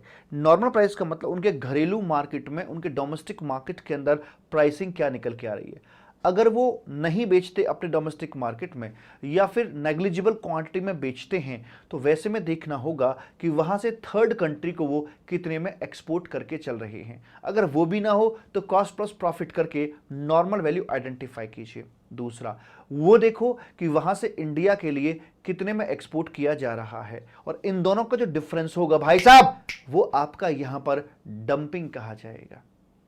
अब यहां देखते हैं कि हमें इंजरी क्या हो रही है, तो उसके लिए देसी मार्केट में आइए। यहां पर आकर हमें देखना होगा कि मेरा जो डोमेस्टिक आर्टिकल है वो कितने का पड़ रहा है, कितने का बिक रहा है, और जो विदेशी है लैंडेड कॉस्ट उसकी देसी मार्केट के अंदर उसकी वैल्यू क्या आ रही है वो देखो, और इनका जो डिफरेंशिएशन होगा प्राइस का वो यहां पर हमारे लिए इंजरी है। तो इंजरी निकली धरती पर हमारी पर, और डंपिंग निकली विदेशी धरती पर, विच एवर इज लोअर, उतने तक की ड्यूटी इस सेक्शन के अंडर में लगाई जा सकती है, ऐसे करके बोल दिया जाता है। अदर स्पेसिफिक पॉइंट आपके आते हैं यहां बोलता है कि हम सेफगार्ड ड्यूटी नहीं लगाएंगे 3% या 9%, ये क्या मामला है। अगर आप एक डेवलपिंग कंट्री से इंपोर्ट कर रहे हो और वहां से उसका इंपोर्ट शेयर 3% तक का है, तो उस केस में उस कंट्री के रिस्पेक्ट में हम ये ड्यूटी नहीं लगाएंगे। दूसरा, अगर आप मल्टीपल डेवलपिंग कंट्री से इंपोर्ट कर रहे हैं और वहां पर उन डेवलपिंग कंट्रीज को चुनिए जिनमें शेयर लेस देन 3% है, और इसको फिर एग्रीगेट करो। अगर ये एग्रीगेट अप टू 9% तक लिमिटेड है तो ये आपके डेवलपिंग कंट्रीज बच जाएंगे, इनके रिस्पेक्ट में ड्यूटी नहीं लगेगी। लेकिन अगर ये 9% से एक्सीड कर जाता है तो फिर वहां पर आकर सारे के सारे पकड़ लिए जाएंगे, उन सब पे ड्यूटी लगा दी जाएगी। इंपोर्ट किया जाता है स्मॉल क्वांटिटी में, भले ही वो डेवलप्ड कंट्री से क्यों ना हो, सरकार नोटिफाई कर देती है तो फिर वहां पर भी इस ड्यूटी की बात नहीं होगी। एंड आखिर में है 100% ईओयू एसजेड वगैरह के द्वारा इंपोर्ट किया जाता है तो क्या होगा, तो नॉर्मली इनके ऊपर ड्यूटी नहीं लगाई जाती क्योंकि ये इंपोर्ट करते हैं और बाहर से बाहर ही एक्सपोर्ट कर दिया जाता है। ड्यूटी की बात कब होगी, अगर स्पेसिफिकली इनके लिए बोला गया किसी पर्टिकुलर प्रोडक्ट के रेस्पेक्ट में भैया इस पे लगानी है तो लगेगी, या फिर ये इंपोर्ट करके डोमेस्टिकली उसे क्लियर करते हैं तो ये आपकी एडिशनल ड्यूटीज यहां पर लगा दी जाएगी, वैसे करके मालिक बोल दिया जाता है। उसके बाद आगे बोलते हैं इंपोर्ट बाई, मैंने लिख दिया यहां पर ये, अगर ये इंपोर्ट करते हैं तो क्या किया जाएगा, तो ये प्रोविजन 8B ये तीनों के ऊपर एप्लीकेबल अपना करवाया जाता है कि इंपोर्ट बाई 100% ईओयू या एसजेड का प्रोविजन क्या है। एंटी सर्कमवेंशन मेजर, कि अगर आप किसी पर्टिकुलर ड्यूटी से बचने के लिए कोई खुराफात करते हैं, कोई कारस्तानी करते हैं, जैसे मान लीजिए आपने प्रोडक्ट का डिस्क्रिप्शन ही चेंज कर दिया या आपने उसका कंट्री ऑफ ओरिजिन चेंज कर दिया है to avoid your respective duty, तो ऐसे में वो बोल रहे हैं कि देखिए यहां तो जरूरत पड़ती नहीं है, यहां तो कुछ है नहीं इसका, तो ऐसे में सरकार बोलती है कि we will extend the subsidised article duty और anti dumping duty to such article जहां पर आप चीटिंग करने की कोशिश कर रहे थे, वहां पर भी हम लगाकर चलेंगे। लेकिन इसको हम रेट्रोस्पेक्टिव इफेक्ट से भी लगा सकते हैं, क्योंकि नॉर्मली क्या होता है कि आज मान लीजिए प्रैक्टिस चली कि जैसे सपोज कीजिए चाइना से कंप्यूटर इंपोर्ट करने पर एंटी डंपिंग ड्यूटी लगाई जाती है, तो लोगों ने क्या करेंगे, प्रैक्टिस कर ली कि ठीक है कंप्यूटर को कंप्यूटर नाम ना दिया जाए, इसे माउस बोलो, इसे मॉनिटर बोलो, इसे सीपीयू बोलो, अलग अलग डिस्क्रिप्शन चेंज कर दिया आपने, जिसकी वजह से अब आप एंटी डंपिंग ड्यूटी के दायरे से बाहर हैं। तो ये प्रैक्टिस चलती रहेगी चलती रहेगी चलती रहेगी। कुछ समय के बाद जब डोमेस्टिक इंडस्ट्री की आंखें खुलेंगी, एप्लीकेशन लेके जाएंगे साहब ये हो रहा है, तो जब बताएंगे ये हो रहा है फिर इंक्वायरी वहां से शुरू की जाती है और इंक्वायरी के बाद फिर रिपोर्ट आती है, देन अपनी बात करके चलते हैं। तो इन्होंने ये बोला है कि जब हम लगाएंगे इस ड्यूटी को, एक्सटेंड करेंगे इस तरह के आर्टिकल्स के ऊपर, तो उसे रेट्रोस्पेक्टिव लगा सकते हैं। लेकिन रेट्रोस्पेक्टिव कहां से लगाओगे भाई, तो यहां से या जिस दिन उससे हो रहा था वहां से, तो बताते कि रेट्रोस्पेक्टिव लगा सकते हैं लेकिन उस डेट से पहले से नहीं, जब से हमने इंक्वायरी शुरू करी थी। तो इंक्वायरी से बैक डेट नहीं जा सकते हैं, इंक्वायरी से तक ही रेट्रोस्पेक्टिव बैक में जा सकते हैं, ड्यूटी एक्सटेंड कर सकते हैं। एक नया पॉइंट इंसर्ट किया गया था last time, absorption of duty. ये क्या मामला है, ये ऐसा मामला है, देखिए डंपिंग लाइक एक घी है जो आग में डाला जाता है। डंपिंग नाम का घी डालकर इंडियन मार्केट में आग लगाते हैं विदेशी लोग, और हम अपने मार्केट को बचाने के लिए उस आग पर पानी डालते हैं। तो जो उन्होंने घी डाला वो घी है डंपिंग, और जो हम पानी डाल रहे हैं अपने यहां की आग बुझाने के लिए वो है एंटी डंपिंग। तो उन्होंने पहला चमचा डाला घी का, ओम ह्रीं क्लीं स्वाहा, हमने भी डाल दिया भाई साहब ओम ले स्वाहा, हमने पानी मार दिया उसके ऊपर। अब मान लीजिए उन्होंने दूसरा चमचा डाल दिया ओम ह्रीं क्लीं स्वाहा, कि हमने जो पानी डाला एंटी डंपिंग ड्यूटी लगाई उसको खत्म करने के लिए एक उन्होंने डंपिंग का चमचा और मारा, तो वो मार रहे तो ठीक है हम भी मारेंगे, यहां से देख हम एंटी डंपिंग ड्यूटी को और बढ़ा देंगे। तो जैसे जैसे वो बढ़ाएंगे वैसे वैसे हम बढ़ाएंगे, जैसे जैसे वो अपना घी वापस लेंगे हम अपना पानी वापस ले लेंगे। अगर वो डंपिंग को हटा देते हैं, वापस कर देते हैं, तो हम भी अपनी एंटी डंपिंग ड्यूटी को बीच में ही हटा सकते हैं, हमें कोई दिक्कत वाली बात नहीं है। लेकिन ध्यान दीजिएगा, जब वो अपने प्राइसिंग को घटा रहे हैं, डंपिंग कर रहे हैं, तो ऑलवेज ऐसा नहीं होता है कि उनका उद्देश्य हमें हर्ट करना ही हो, हमारे मार्केट में आग लगाना ही हो, ऐसा ऑलवेज नहीं होता है। क्योंकि एंटी डंपिंग ड्यूटी इसलिए लगाते ताकि हमारा मार्केट हर्ट ना हो, उनकी प्लानिंग सफल ना हो जाए। बट अगर मान लीजिए किसी की प्रोडक्शन कॉस्ट जेन्युइनली ही कम हो गई है जस्ट बिकॉज ऑफ R&D, तो वैसे में उस वजह से प्राइस कम हुआ है तो हम एंटी डंपिंग ड्यूटी की बात नहीं करेंगे। या मान लीजिए उन्होंने अपने प्रोडक्ट की प्राइसिंग ग्लोबली ही कम कर दी है, नॉट ओनली कि to hurt the Indian market, globally ही कम कर दी है, इन जनरल कम कर दी है, तो भी हम एंटी डंपिंग ड्यूटी का सहारा नहीं लेकर चलेंगे। आई होप बात समझ में आ गई है, क्योंकि एंटी डंपिंग ड्यूटी तब लगाई जाती है जब वो टारगेट सेट करते हैं, इंडियन मार्केट को स्पेशली टारगेट करते हैं हर्ट करने के लिए, आग लगाने के लिए, तो हम तब पानी उसके अंदर मार देते हैं। करेक्ट है? Yes sir. तो ये थी बातें अपनी यहाँ की, और ये प्रोविजन आपका CVD ऑन सब्सिडाइज्ड आर्टिकल और एंटी डंपिंग ड्यूटी दोनों के ऊपर लगाया जाता है। एंड कि ड्यूटी को सीवी सब्सिडाइज्ड आर्टिकल और जो आपके एंटी डंपिंग ड्यूटी इसको रिवोक भी किया जा सकता है, कोई दिक्कत वाली बात नहीं, लेकिन मैक्सिमम रिवोकेशन पीरियड 1 साल तक अपना ये हो सकता है, वैसे करके मालिक बोल दिया जाता है। अब इसमें आती है आपकी ये प्रोटेक्टिव ड्यूटी, ये बेकार सी ड्यूटी है, जैसे precaution is better than cure, इलाज से बचाव अच्छा, उस पैटर्न पर ये काम करती है कि सरकार को जब लगे तब ये ड्यूटी लगा सकती है, हालांकि प्रैक्टिकल लाइफ में नहीं दिखती है ये। पीरियड ऑफ इम्पोजिशन जो सरकार को ठीक लगे, जैसे होता है ना भाई, मान लो मौसम चेंज हो रहा है तो आपने एंटीबायोटिक पहले से खाने शुरू कर दिए, ये कोई तरीका है कि जुकाम ना हो जाए, खांसी ना हो जाए मुझे, है precaution is better than cure. अभी क्या चल रहा था, इलाज, अब क्या चल रहा, प्रिकॉशनरी ड्यूटी है, तो ये WTO की निंदा करता है, तो ये प्रैक्टिकली है नहीं, थ्योरेटिकल कॉन्सेप्ट है। अमाउंट ऑफ ड्यूटी जो तुमको हो पसंद, अदर स्पेसिफिक पॉइंट कि इसको डीम्ड BCD कहा जाता है, बस प्रोटेक्टिव ड्यूटी का इतना बस गुण है कि इसको डीम्ड BCD कहा जाता है, मतलब BCD का एक पार्ट है, उसका एक लाइक फैट की लेयर है, उसको बढ़ा देती है, इंक्रीज कर सकती है, तो प्रोटेक्टिव ड्यूटी है।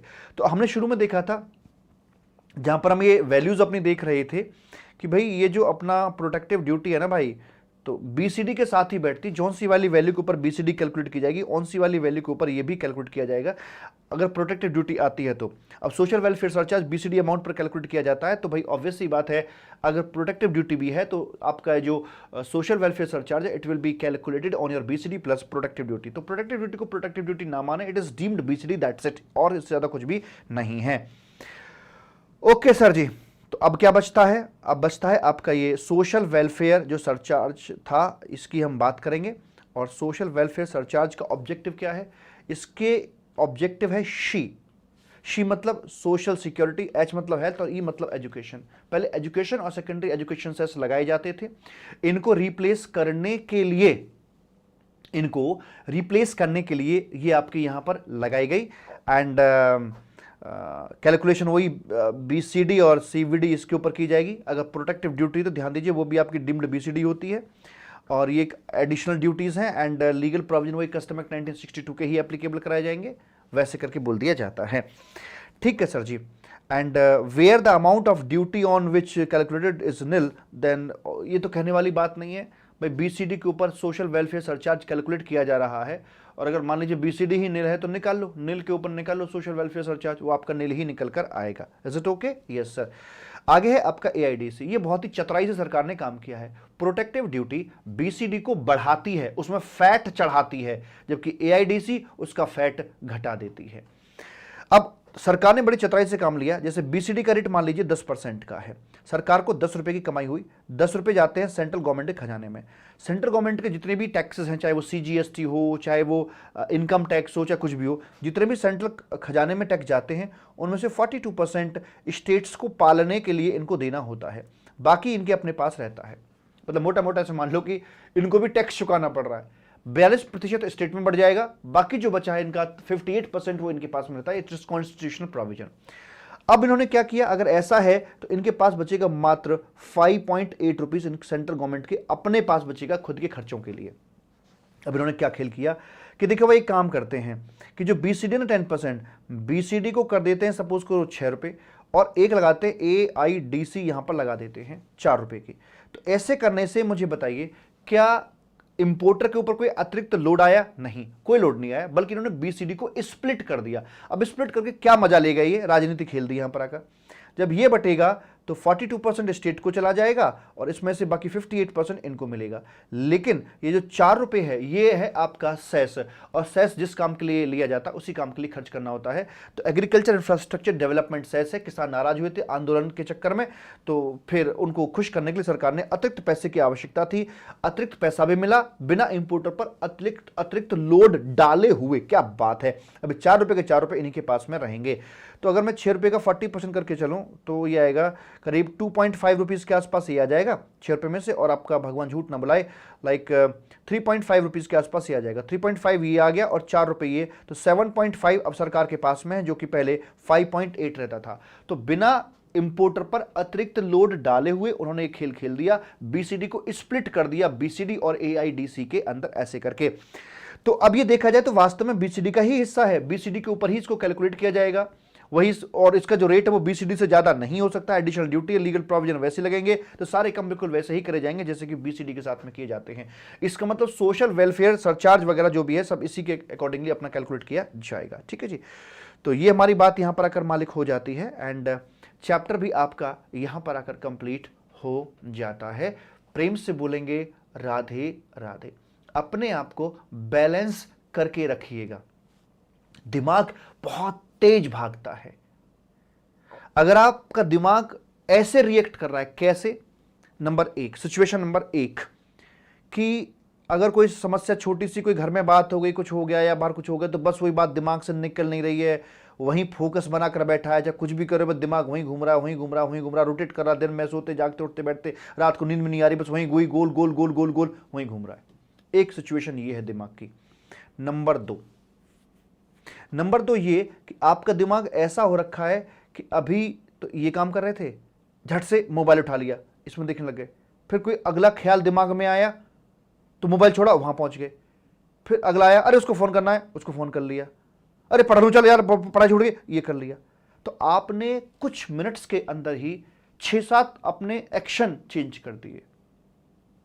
एक ये स्थिति है आपकी। ये स्थिति बिल्कुल वो है जो व्यक्ति पागल होता है ना, पागल व्यक्ति क्या करता है कि जरा सी देर में, अरे मुझे भूख लगी है, आपने खाना दिया, लड्डू दिखे, अरे लड्डू, ये लड्डू नहीं है, ये तो हैंड ग्रेनेड है, अरे मैं तो फट जाएगा, अरे मैं तो मर जाऊंगा, अरे नहीं नहीं नहीं नहीं नहीं नहीं, अरे ये छत गिर ना जाए, ये तो लड्डू ही है, ये तो मुझे खाना चाहिए।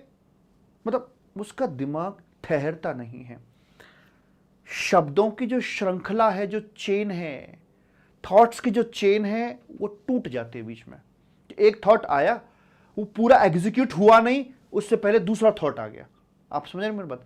पहला थॉट कंप्लीट नहीं हुआ, एग्जीक्यूट नहीं हुआ, उसी बीच में दूसरा थॉट आया और पहले थॉट को काट दिया और दूसरा आ गया, दूसरा एग्जीक्यूट नहीं हुआ, तीसरे ने उसको काट दिया। तो ये है मेंढक की तरह इधर उधर फुदकना, कि जरा सी देर में आपके एक्शन चेंज हो रहे हैं। ये पागलपन की स्थिति है और ये डिप्रेशन वाली स्थिति है आपकी।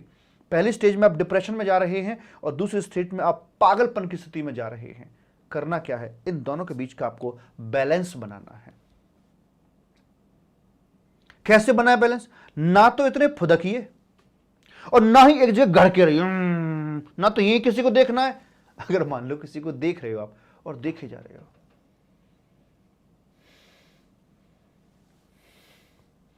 रैप्टा मारेगा कोई, खींच के बता रहा हूं मैं, ये काम कभी मत करना। और दूसरा ये भी नहीं है, कभी इसको देखा, कभी इसको घाट ये नहीं करना है, अरे ठीक है यार, मतलब ठीक से आप समझ में क्या करो। आप पढ़ रहे हो तो सिर्फ पढ़ाई पे फोकस करो, उसमें कुछ और नहीं आना चाहिए। पता है, टाइम की ना कंपार्टमेंट बनाइए, इतना समय इसके लिए, इतना समय इसके लिए, इतना समय इसके लिए, इतना समय इसके लिए, और जो जिसको टाइम अलॉट किया है ईमानदारी से, वफादारी से वो टाइम उसी को दीजिए। पढ़ाई को दिया आईडीटी को, तो बस आईडीटी ही रहेगा इस कंपार्टमेंट में, उससे वफादारी करो। ये टाइम दोस्तों को दिया है तो ये टाइम नेचुरली दोस्तों के लिए ही रहेगा, फिर आईडीटी बीच में नहीं आएगा, उसका अलग टाइम है। ये टाइम दिया है मौज मस्ती के लिए, खुद के लिए, तो यहां कोई बीच में नहीं आएगा। ये टाइम दिया है भाई साहब रिवाइज करने के लिए, कोई बीच में दूसरा आएगा नहीं। ये टाइम दिया है भगवान की पूजा करने के लिए, कोई बीच में आएगा नहीं, कोई थॉट्स भी नहीं आएगा बीच में। तो डेडिकेटेड बनिए, वफादार बनिए, अपने लिए भी समय निकालिए, परिवार के लिए समय निकालिए, पढ़ाई के लिए समय निकालिए, सोशल एक्टिविटीज के लिए समय निकालिए, खेलने के लिए समय निकालिए, सबके लिए समय निकालिए, और आवर्स में नहीं, मिनट्स में टाइम के कंपार्टमेंट बनाइए और वफादार रहिए। और जो है उसी पर एक समय में एक काम पर फोकस करके चलें, ना कि ऑल द टाइम एक ही काम पर फोकस करें या फिर अब जरा सी देर में उछलते फिरें। बहुत बहुत शुभकामनाएं। Thank you so much. Bye है, टाटा है और बहुत सारा प्यार आपके लिए।